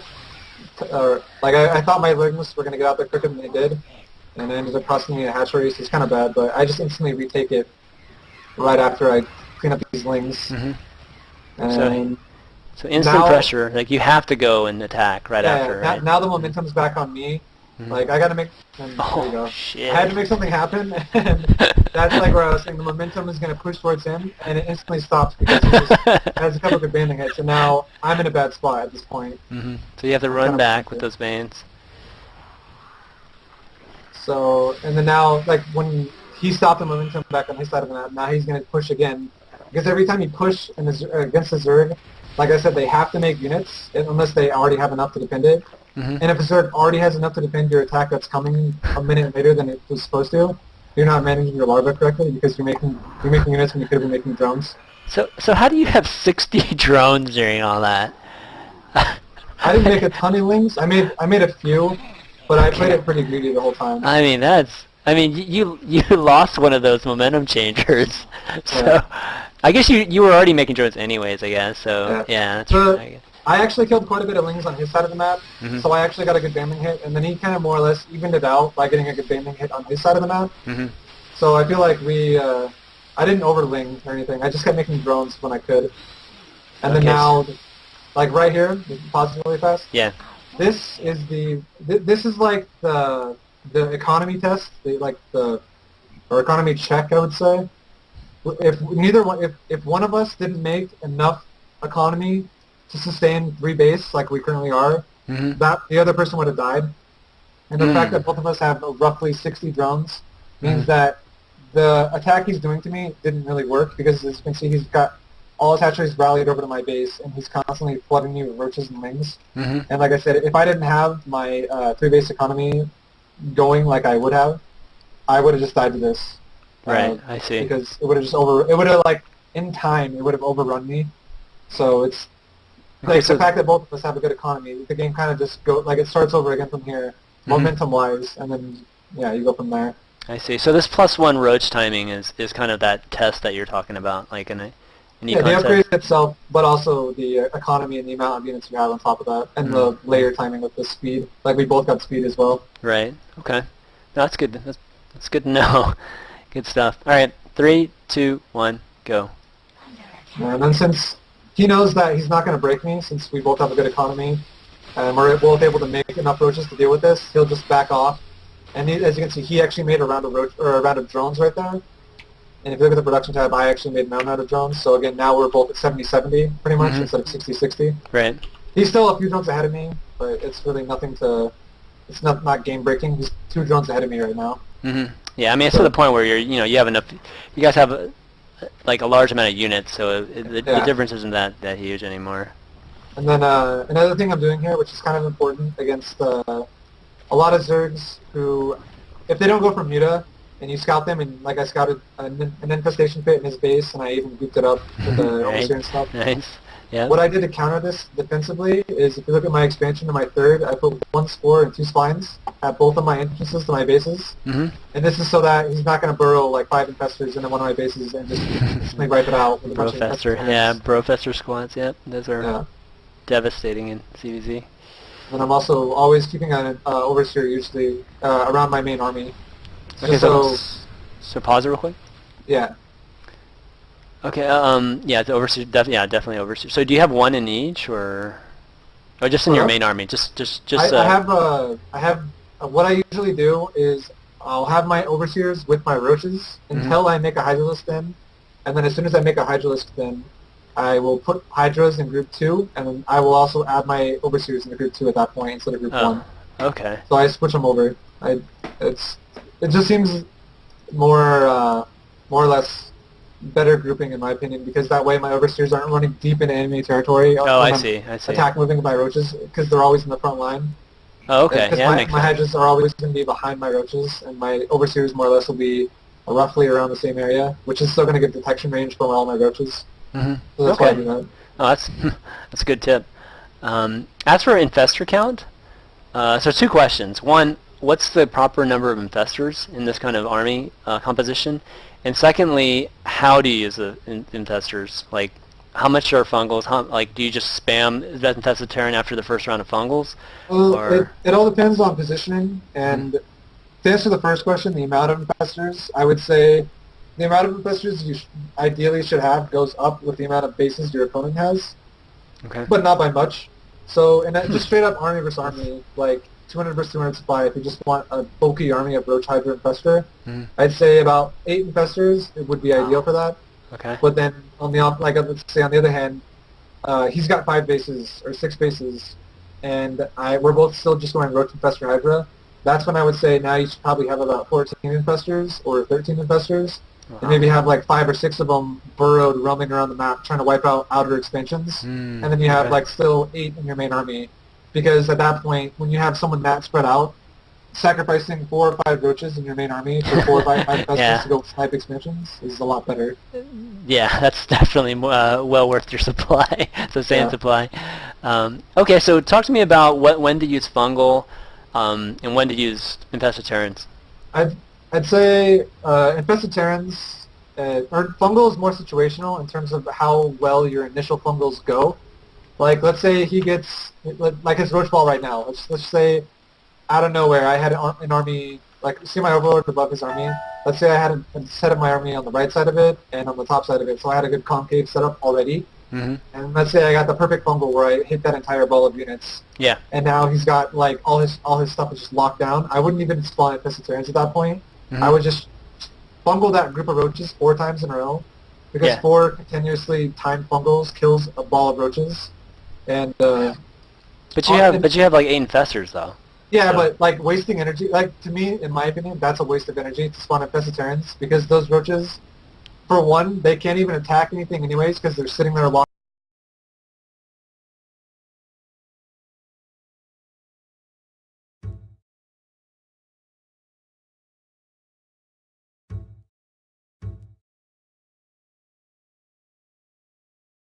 Like if we're both in concaves, and you're only getting like 6 roaches at a time with a fungal, or 7 roaches at a time with a fungal, that's when I would say you should fungal lines of units.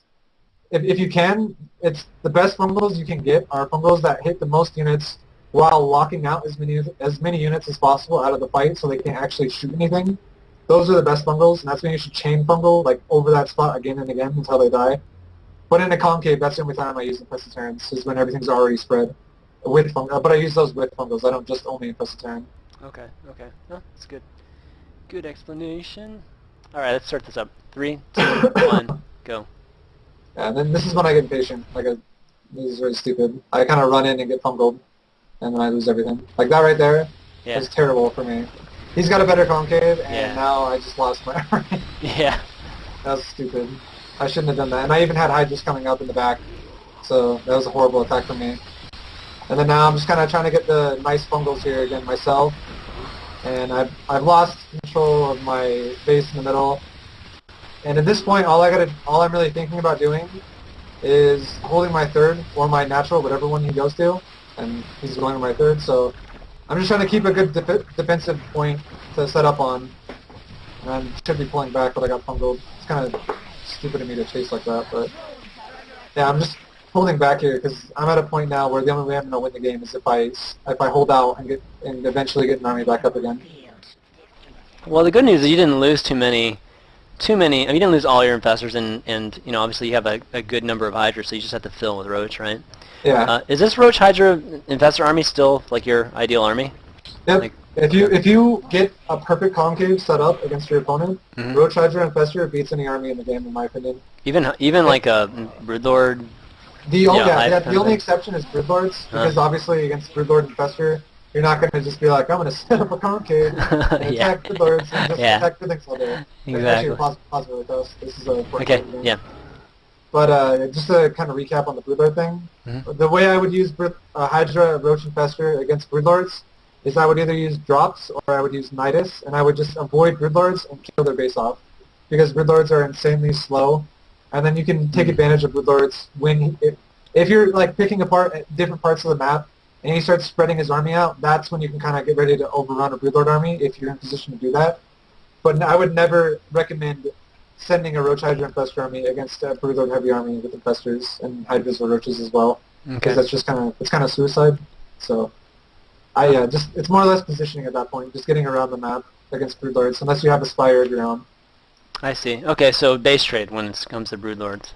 Yeah, if you don't have a Spire set up, I would recommend never engaging them. Unless, the only other exception is if he does not have Overseers, which some Zergs are pretty lazy about and they actually don't think Overseers.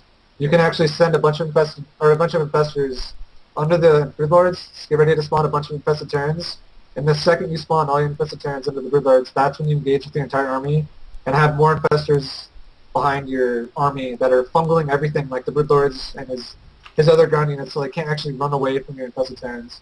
I see. And that's the only time I would ever engage it, is if he didn't have Overseers. Okay. Okay, good deal. Looking at the game right now, I mean, you're just finishing your 4th, and he's just finishing his 5th. So, both of you guys almost max. I mean, are you feeling? Does it have anything? Does it matter? I guess, like that he has more bases than you at this point, given that. Yeah, it definitely makes a big difference. Okay. I mean, the reason why I said to pause this game is because right now I had a split decision choice going through this game to either go, okay, well now my main's going to die, and all my tech is pretty much forfeit. Like my hive's going to die, pretty much all my tech is going to die. I can either try and re-establish a new base at my 3rd or something, or just try and go from here by losing a base and taking another one. But he's already got 5 bases, and I know he does. I know he's got 4, and I don't know about the 5th on top left yet. I haven't seen it yet, but I can only assume he probably has it because I haven't been able to attack him for the longest time since I made that huge mistake. So I know I'm behind in economy, and the way you get back in the game if you're behind in economy is not by sitting there, because all he'll do is keep sending wave after wave at you and you'll eventually die. Right. So what I decided to do at this point is his army's now out of position because it's all in my main. It's unloading into my main. I'm going to instantly go for a counterattack base trade, and I'm going to pull every single drone, because at this point in the game, mining more minerals is pointless because, as I said, all my tech's going to die, so I'm not even going to spend my money. So, yeah, I'm just going to pull all my drones and go for a base trade and just try and split my army up effectively to knock out every single base as fast as possible. And then I can it'll more or less come down to one last fight with army versus army instead of me getting outlasted by economy. Okay, so talk to me about, I mean, I know that one of the typical reactions to base trade is pulling all your workers. Why is that? I mean, the obvious answer is to build buildings, right? But every single one, I mean, is there any other reasons for that? The thought process I had more or less was, if I sit back here and just continue mining at my bases, my army is on my side of the map, his army is on my side of the map, so already I'm at a disadvantage because he's killing my base for probably 20 seconds before I'm going to be able to start killing his. Yeah. So I'm going to probably almost lose an entire base before I can even get onto his bases in the first place.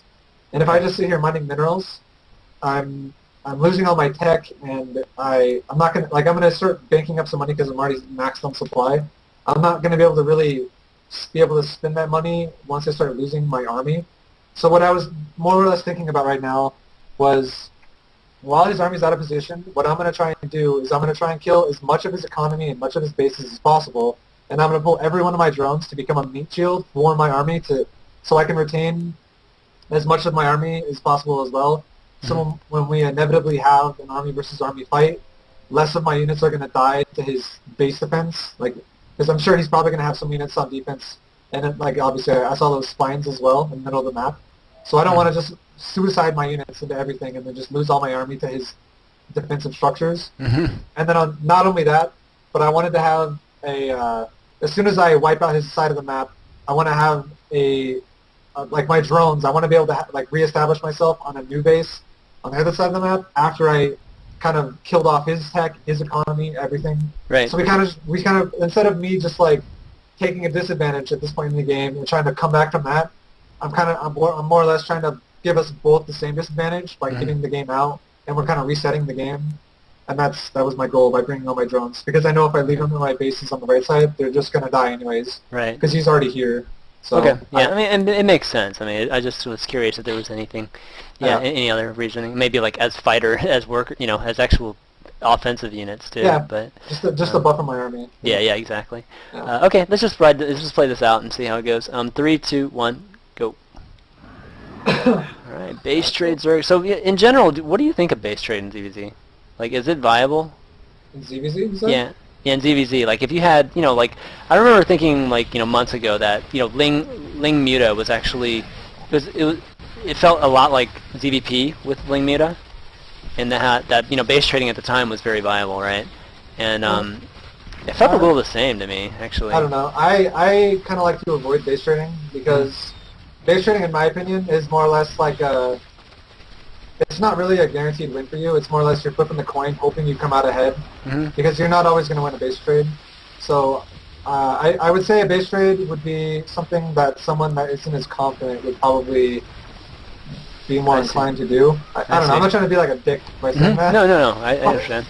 But I feel more confident in my play to want to do base trades. I think they're terrible. I don't like them. I only base trade when it's a last-ditch effort, when you think you're going to lose the game if you don't do it. That's the only time I would say it's good. I see. Okay. No, I mean, it makes sense. Yeah, the only reason I felt like, it might be, it's really about the units, because, a straight-up fight with Lings and Mutas is not cost-efficient at all, so, yeah. Okay, alright, so you're I also kind of avoid Ling Muta in ZvZ for the most part anymore. Okay. If you go Ling Muta, I think you have to go Bane menus as well, if you're going to commit to that. That way you can actually wipe out an army, if you have good spreads. Yeah, and especially like this, you can kill like the infestors. I mean, not infestors, like hydras and. Yeah. Okay. But yeah, like at this point in the game, what I did here was I actually didn't realize you had that base in top left. I thought I actually killed everything. So I set up spine crawlers because what my thought process was now I have the only mining base on the map, and he's kind of just roaming around with an army. And if I start mining it as natural with a bunch of spines as defense, I'm good to go. But as soon as I saw his drones transfer up there with an overlord. I think it was an overlord. I saw something, and I know he's got the base up there now. Right. I was like, all right, screw it. I have to make something happen because he actually has the base before I do. So now I pretty much thought I was ahead, but now I'm again behind, and I have to make something happen. Right. And because you trapped him on that platform, is that why you decided just throw all the Infested Terran? Because basically they had to fight the Infested Terran at that point. Yeah, well, the concave again is why I did it. Like I'm not actually going to get perfect Mongols here. Oh, okay. Because him and I are both already spread out. So Infested Terrans again is just when you have a good when both people have good concave, that's when they kind of shine. Okay, awesome. Well, I mean, Vibe did such an amazing job explaining those replays. We actually don't even have time left for any games, which is actually perfectly fine. I mean, I feel like these 3 replays are just going to be an amazing reference for a lot of the viewers and the community. So just how to play ZvZ, at least this portion of ZvZ. I mean, ZvZ is obviously there's other aspects of it we didn't talk about, but definitely good stuff here, man. But yeah, why don't we take some questions from the viewers? You cool with that? Yeah, I'm fine. Okay. There was a question earlier on stream. Guys, if you want to actually call in your questions, talk to me and Vibe, and ask it live. You can add me on Skype. My Skype ID is ChanmanV. It's always fun to do that. Always fun for the viewers to be able to talk to you guys. There's a question earlier. Where was it? Shoot, did I lose it when I refreshed this? I did. Shoot. Sorry, whoever was asking that question at the time when I mentioned the Q&A later. Let's see. All right, there's a question from Zask, or ZasG. I am a high diamond almost master and have been working really hard at injects lately, managing to get my average inject gap between 5 and 10 seconds. How do you manage your injects? If you use SE2 gears, what is your average inject gap? And what do you or should I be happy with? I never use SE2 gears to do that, so I don't really know what that's about. But the way I would recommend using injects is the easiest way to do it would probably be just to bind each queen you have in a different control group and go up to 3 queens and have them in like 6-6, 7-7, 8-8 or something like that. And then every time you inject, just hit those buttons, 6-6, inject your hatchery, 7-7, inject your hatchery, 8-8, do it again.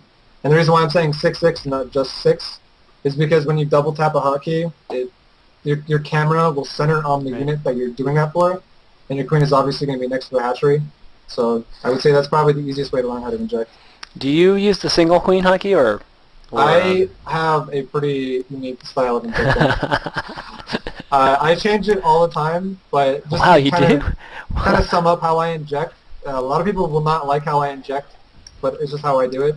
I have all my queens in the same hotkey, and I do not do backspace method injecting anymore. I hit 6-6, and I have my, it's going to center usually between my queens, and that's almost always between my main and my natural, because I usually only put 3 queens in my queen hotkey as well. And I will, I'll green box click my queens, and if I only have 1 hatchery in the base, I'll just leave them and I'll just inject by dragging my mouse around the screen and clicking the hatcheries themselves, because my mouse scroll speed is really, really fast. And if I do have macro hatches though at bases, what I'll do is I will just drag my screen to a queen. I will green box select it, and like the individual queen, so my other queens aren't going to get the commands of this one queen. I'll hit inject, I'll hold shift, and I'll just click the other hatchery right next to it really fast. I'll drag my screen down again to the next hatchery, do it again, drag it down, do it again. Oh my God. I can do that really, really fast, and I feel comfortable with that, and that's just how I inject. And that's why I said people will not like that. Yeah. Nobody will like that. I don't think people will. That's not the answer we're looking for there. I'm that's all crazy. about using my mouse really, really crazy open screen. So.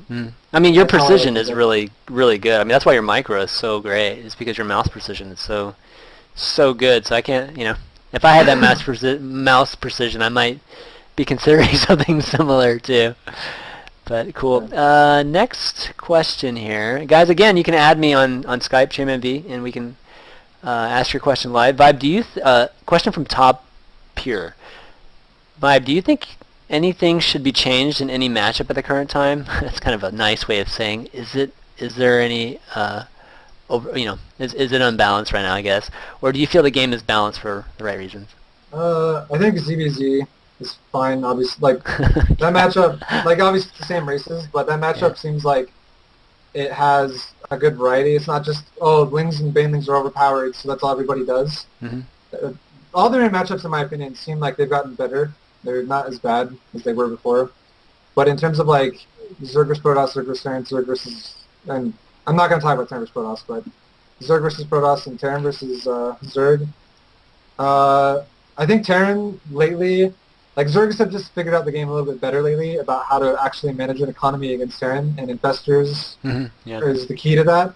So Terrans are kind of struggling, and I think that, I don't know, man. There are some extremely good Terrans that are fine, and there are a lot of Terrans who are struggling. So it's kind of hard to say, buff Terran, because then those Terrans who are extremely good are just going to get even better. So I don't know. I think Terran versus Zerg, I think if they could do something creative to Fungal, that might be something to do. Maybe cap fungal damage or something, because there are a lot of, if you look at Zerg versus Protoss, you can't fungal 30 Zealots or 30 Stalkers, but if you look at Zerg versus Terran, you can easily fungal 30 Marines, because Marines are a lot smaller and they clump better together. Right. And I think maybe a way they could balance fungal would be put a damage cap on the amount of fungal one fungal can do. So I see. If 10 Marines get fungaled, they all take full damage. But if any unit past 10 gets fungaled, then there will be 10 units getting fungaled does 300 damage, because it does 300 damage or 30 damage per light unit.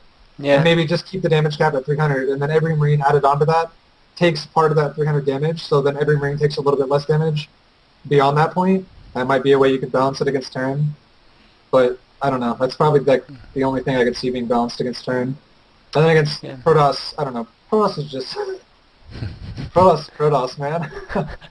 Lately, Protoss is annoying to play against. I actually have I have a pretty good record against Protoss lately, because the way a certain way I play lately is like with creep spread and spine crawler pushes with broodlords and infestors, and it usually works pretty well. But I don't know. There are a lot of things that Protosses play really well that they can just run your army over no problem. I see. Yeah, speaking of Protoss, there's a question from Gangster505 What's the best way to stop 2-base Immortal Push in your opinion? What composition? You have to go for Roaches and Zerglings. That has to be like the core of your units. You can't rush tech to anything to beat that. Like the only thing you might be able to rush tech to is Infestor, and that is more or less you're flipping a coin, hoping that all his sentries are going to be clumped up for you, for your Infestors to actually pay off and kill all the sentries off with the like clutch fungals. But yeah, everything tech-wise is kind of not going to work. You more or less have to just get a really good economy as fast as you can, and then start pumping lots of Lings and Roaches. And then you have two options to go from there. You can either just counterattack his base and avoid his army, and then just kind of do a base trade. And then the way you do a base trade against Immortal Pushes is while he's killing your third and your natural, and you're killing his base, you build a bunch of spines at your main, at your ramp, because it's a choke point, and you send all your drones back to your main, so you actually have drones to build spines with. You don't just let them all die. And then you just kind of hold out with your main with spines while your army kills his base off. That's one way. Or you can either just continuously make units, try to avoid letting the fight happen on your hatchery, because if he's able to push the fight to your hatchery, you're just going to get force fielded in and you're going to die. So if you can micromanage units well enough to where you have like 3 or 4 groups of them out around his army, and you either try to like snipe proxy pylons off, or you try to engage little bits of his army, and you pull back if he force fields, or you just try to come in from multiple angles all at once, and you just do a big surround, and you get as much units in the fight as fast as possible, instead of coming from one angle and getting force fielded and cut in half. That's probably the only 2 ways you can beat that strategy, like that are now, realistically now, against a good player. I see. Okay. Let's see. What do we have here? Any more questions? Guys, if you want to ask your questions, you can just type them in the stream chat. It didn't look like we're going to be having callers today, which is it's cool. That's no big deal. Let's see. Any good ones here? You looking at stream chat?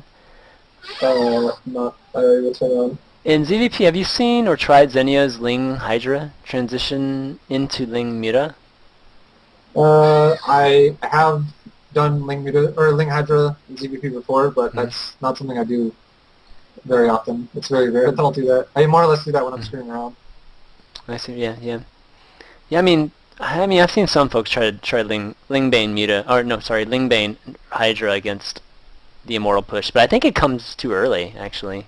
Yeah, I don't like going to. I don't like relying on layer units. I like relying on layer upgrades sometimes, like burrow and speed on roaches. Right. But I don't really like relying on hydras or infestors or metas to deal with that, because usually you won't have enough that you need for that push to stop it. So it doesn't really work that well. I see. Okay. Let's see. All right. I don't want to try to avoid very generic questions. Well, here's one that might draw up some controversy. Vibe, if you could say anything to your ex-team it goes to after winning WCS and joining Root days before MLG WCS, I guess he means what would it be? Sorry guys. Exactly. Okay, there you go. I have no animosity towards Gosu, so I wouldn't like talk shit to them and be like, yeah, I'm not eat it. I wouldn't be like a dick about it. Oh god, that'd be hilarious, man. I like Gosu. I really like that team, and Yeah. it was unfortunate how I left that team. I don't really want to go into detail about that, but yeah. If things didn't happen the way they did, I would still be on Gosu. So it sucks that I'm not on their team, or it sucks that I wasn't able to win anything big on their team. But they're fine. They have good players. They'll be okay. Yeah. Omar Dill, at what food do you get Roachhorn in ZVP? Yeah, I know that varies a little bit between each player. What supply do I get it? Yeah, what supply do you get Roachhorn? If a Protoss is going for an attack that I can read really early, I'll usually get it around 45. And if a Protoss is going for more of like an economy and then follow up with like a timing, I'll get it around 60. Okay, cool. Let's see. Dr. Badfish asks, what about burrowed banelings versus Immortal Sentry? I don't like that. Most Protosses, when they go robo, they'll bring an observer. Yeah, So that's pretty normal. Great Torp. Funny. Let's see. Okay, so Shit6 asked, the mechanics are driving me crazy. How do you develop keyboard stroke and mouse movement? Also, Micro, what's good to improve over long term? That's a good question. How do you train, I guess, just mouse precision? Like, I mean, that's the basis of, I think, of Micro, right? yeah, I guess. Everything I do in StarCraft, I just do it with the biggest try-hard attitude possible. I just try. I actually try to play everything in StarCraft as fast as I possibly can, and sometimes I actually will play faster than I'm capable of, and I start fumbling my units around and stuff like that. But I just try to always play as fast as possible, and that makes me a fast player in general because I'll eventually I got used to it, and for the most part I can do it pretty well now. And then how long do you think that takes? Like really pushing yourself to just move faster? I don't know, man. That's a hard question.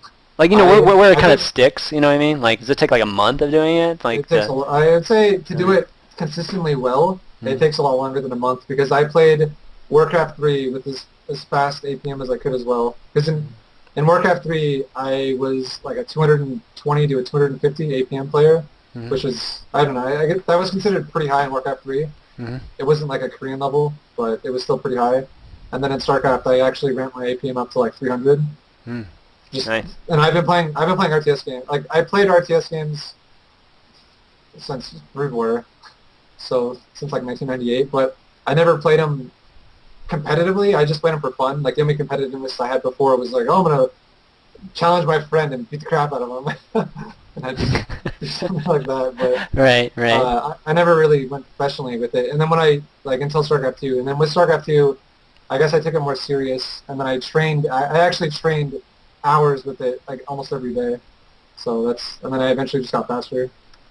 Right. No, awesome. Yeah, I think it has a lot to do just pushing yourself and just moving faster and not necessarily playing well sometimes. You'll eventually, like you said, you'll get used to it, and then all of a sudden you'll start just doing everything better, right? Yeah, because when you first start doing it, you're thinking about it a lot. Like, oh man, I'm trying to do this so quick. And then when you get to the point where you're playing the game and you're not even thinking about what you're doing, you're just doing it. That's when it more or less when something becomes second nature to you, you get better at it because now you're used to it. Right. Exactly. Yeah, it just takes practice. All right, how about 2 more questions? All right, let's pick some good ones here. Why are you so sexy? No, that doesn't count.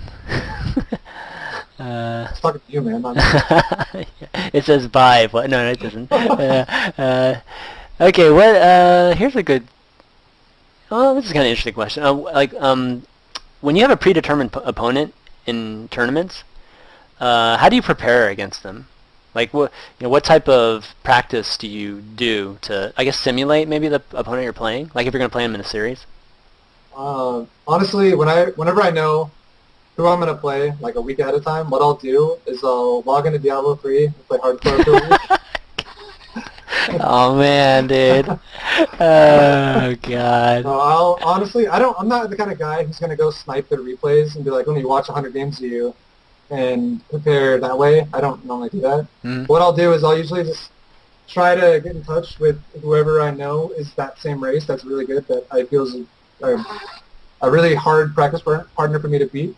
I'll just play with them in conjunction with playing ladder as well. I guess I play a lot of ladder, then I'll all around prepare for the matchup. I won't prepare for a person. That's how I do it. I mean, do you think it's a good idea? Like, do you think that teams should have a person or somebody on staff, whether it's a coach or whoever, actually scout these players out for you, like giving you a scouting report and that type of thing? I think it's good and bad. The reason why I think it's good is because if you find a player who never switches their style up, you're gonna read their style before it happens, and you're gonna read things in the game before they happen because it's like their timings or their usual things that they do. But I think reading someone's style that they've done before is a bad idea, personally, because I don't know, a lot of people don't think exactly the way I do, but I've actually changed my personal style and how I play this game about 15 times now, or like 14 times. I changed the style of how I play a lot. There's very few things that I always do, and I'd say the only times I do repetitive things is like the first 2 minutes of the game. And then from there, I kind of just do random stuff a lot. I switch it up a lot, basically. So I think reading someone before you play them in previous games and getting to them that way, if you go into the match with them that you're about to have with like a mindset of this is how they play, I know this is how they're going to play, and I'm going to beat them this way, and they play like an entirely different player, you're just going to beat yourself because you're going to prepare for someone that you're not prepared. Like, it's like you're preparing for someone that you're not actually playing. So I don't like setting myself up psychologically like that because you can beat yourself sometimes. Okay, yeah, that's a fair answer. Okay, last one. Why? Okay, a question from Hello Daffy. Why are drops so underused? Are they not viable at this point? I mean, they've been used in the past with like Bane drops and I mean, I guess they're still used in against mech, right? Roach drops seem to be the most efficient thing to use, right? Yeah, they're viable. They're not as viable, I would say, in the grand scheme of things. Like, you can't go drop every game. Like, a Terran can go medevac drops every game because drop is a huge investment. It's 300 minerals and 300 gas really early on in the game. Because no one's going to go, like, I'm going to do a drop strategy that kicks in at 35 minutes. Like, that's more or less situational games only that can happen. It's not like your build order. Right. So, like, going for a drop-based strategy in any Zerg matchup, you're investing a lot into that, and you need some return out of that, and there's not very many situations where you're going to get return out of that, other than the only time you're going to get a more or less good return against another strategy with drops is when you play against a strategy where their army is a slow-moving army, and that's usually only mech. Like, against Protoss, playing Stalkers, your drop is going to do garbage. It's going to do nothing. The only time drop's going to work against Protoss is if you have, like, Banelings in there, and you get some either clutch Baneling drops on some mineral lines, or you have Infestors in conjunction with Overlords, and you, like, fungal everything and then drop all over it. That could work. Or if you just get a really nice spread, stuff like that. But for the most part, drop is just too much of an investment for it to pay off, because it usually won't work, because most people know how to beat drops, because all they got to do is pay attention to the mini-map. Right. Actually, a better question is, why are Niduses used so infrequently, I think, because they're almost never used. It's kind of more or less on the same lines as drop. If someone has good map awareness, they can stop Nidus all day. Yeah, exactly. Like, I actually have never... I used to actually, a long time ago, if people followed me like 2 years ago or a year ago, I used to Nidus a ton against Terran, and some of my games would actually look pretty cool because I would have like a Nidus popping up in the guy's main with ultras coming out of it, and then as he comes to defend that, I'd have another Nidus popping up at his third, and I would snipe his third with ultras, and I would just Nidus everywhere, bounce him around. But if you fight someone who either uses sensor towers for overlords to scalp them out, or if you just have someone who has good map awareness, and like I said, the first person I played that has really good map awareness is Juan, who's 6-jacks major. Yeah. My old teammate when I was in 6-jacks. When I tried doing that Nidus craft to him, he never, ever let one Nidus pop up because he would see every one of them. Right. And once that happens, if you invest like 5 Niduses and then none of them do anything, not only is that 500 minerals and 500 gas that is wasted, but that's like a full minute of your time that you're just letting him do whatever he wants, and you're sitting there in the Nidus going, maybe this one will work. Maybe this one will work. Exactly. So it's situational again. It's like you can't just Nidus every game because it's too easy to counter if someone knows it's coming. You can only do it when they're not expecting it. And that's you kind of have to more or less feel that in the game yourself, being like, I think I can get a Nidus off right now, so I'm going to try it, and stuff like that. Right. They're so expensive too. I mean, it's like not even worth experimenting with because it's such a commitment. Cause every one of those endpoints costs 100 too, 100 gas too, right? So if you get it off, it's almost game ending though. If you get a really good one. Yeah. So I still do it myself sometimes, but I don't do it all the time like I used to. No, man, I used to love doing it against Protoss, like before they get warp gate.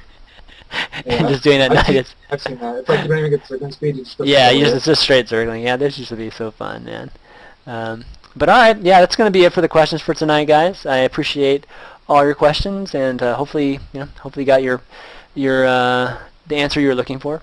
But yeah, Vibe, Dan, great show, man. I think you did an awesome job explaining a lot of the strategies, and that's why I love having you on, man. You're so articulate about strategies, so it's awesome. Sometimes I feel like I talk way too much, and then I'm like, That's what we do, man.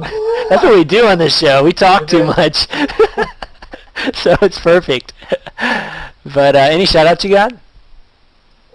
Just thanks to Root Gaming for my new team. It's been a really good experience so far.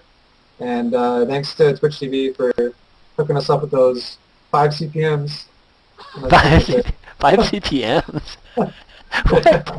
Okay, exactly. 5 what? 5 cent CPMs? Yeah, man. It's the 5 CPM rate. Exactly. It's the baller rate. It's the baller rate. Nice. Really No, that's great, man. I'm jealous. Actually, one question: why are you coaching at this point, or why don't you coach? I'm not. I know who asked that question too. It's one of my friends. But, oh, is it? Okay. Yeah. I don't coach right now. Because he's D3ing it, guys. That's why he doesn't coach, man. Last time I coached, I burnt myself out on it because scheduling it and just doing it took way more time than I wanted to invest into it, and I just didn't want. I don't know. I just burnt myself out on it. So yeah. If I ever get I think the only time if I ever coach again, it'll only be if I really need the money because I really don't enjoy coaching. Sorry, it's just a straight up answer.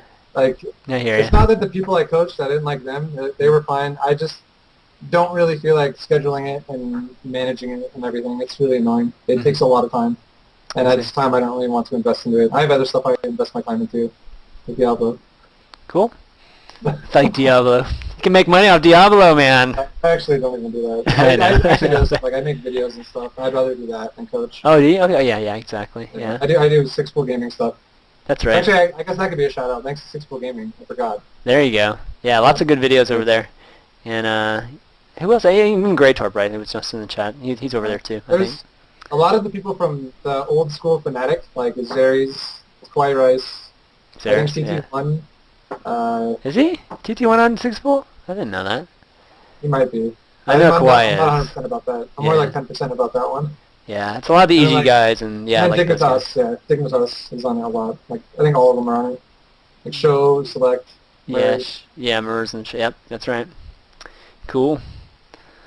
All right, buddy. Well, I mean, I appreciate you being on the show, and viewers, hopefully you enjoyed it. And if you want to follow the show or follow anytime I have news about Pro Corner or climbing the ladder, follow me on Twitter at ChanmanV. You can follow Vibe on Twitter at RootViBe.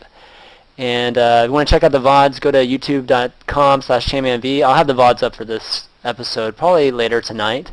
And here, let me type in. People are asking for links in the chat. Here, I'll type in all the links here. You guys click on it and follow or whatchamacallit, subscribe or whatever you call it, depending on the channel. But yeah, it's all here, guys. And you don't have a YouTube channel, right? Do you? I'm not going to even bother mentioning it. Okay. I put one video up the last 6 months. So, yeah. That's cool. Also, check out his stream, guys. He was just streaming before. Are you going to stream after this? Yeah, I think I'm going to go get something to eat, and then I'm going to stream again in about half an hour. Okay, yeah. Check out his stream, guys. Twitch.tv/ it's RootViBe, right? It's Vibe LOL. It's Vibe. Okay, Vibe LOL. Yeah. Check them out. But all right, guys, that's going to be it for ChanmanV's Pro Corner for this week. And again, guys, Thursday is going to be a awesome, crazy announcement show, and TLO is going to be the guest too from Korea. So it's going to be a lot of fun. We're going to be going to JVT with him. So, all right, guys, we will see you later. Peace. Later.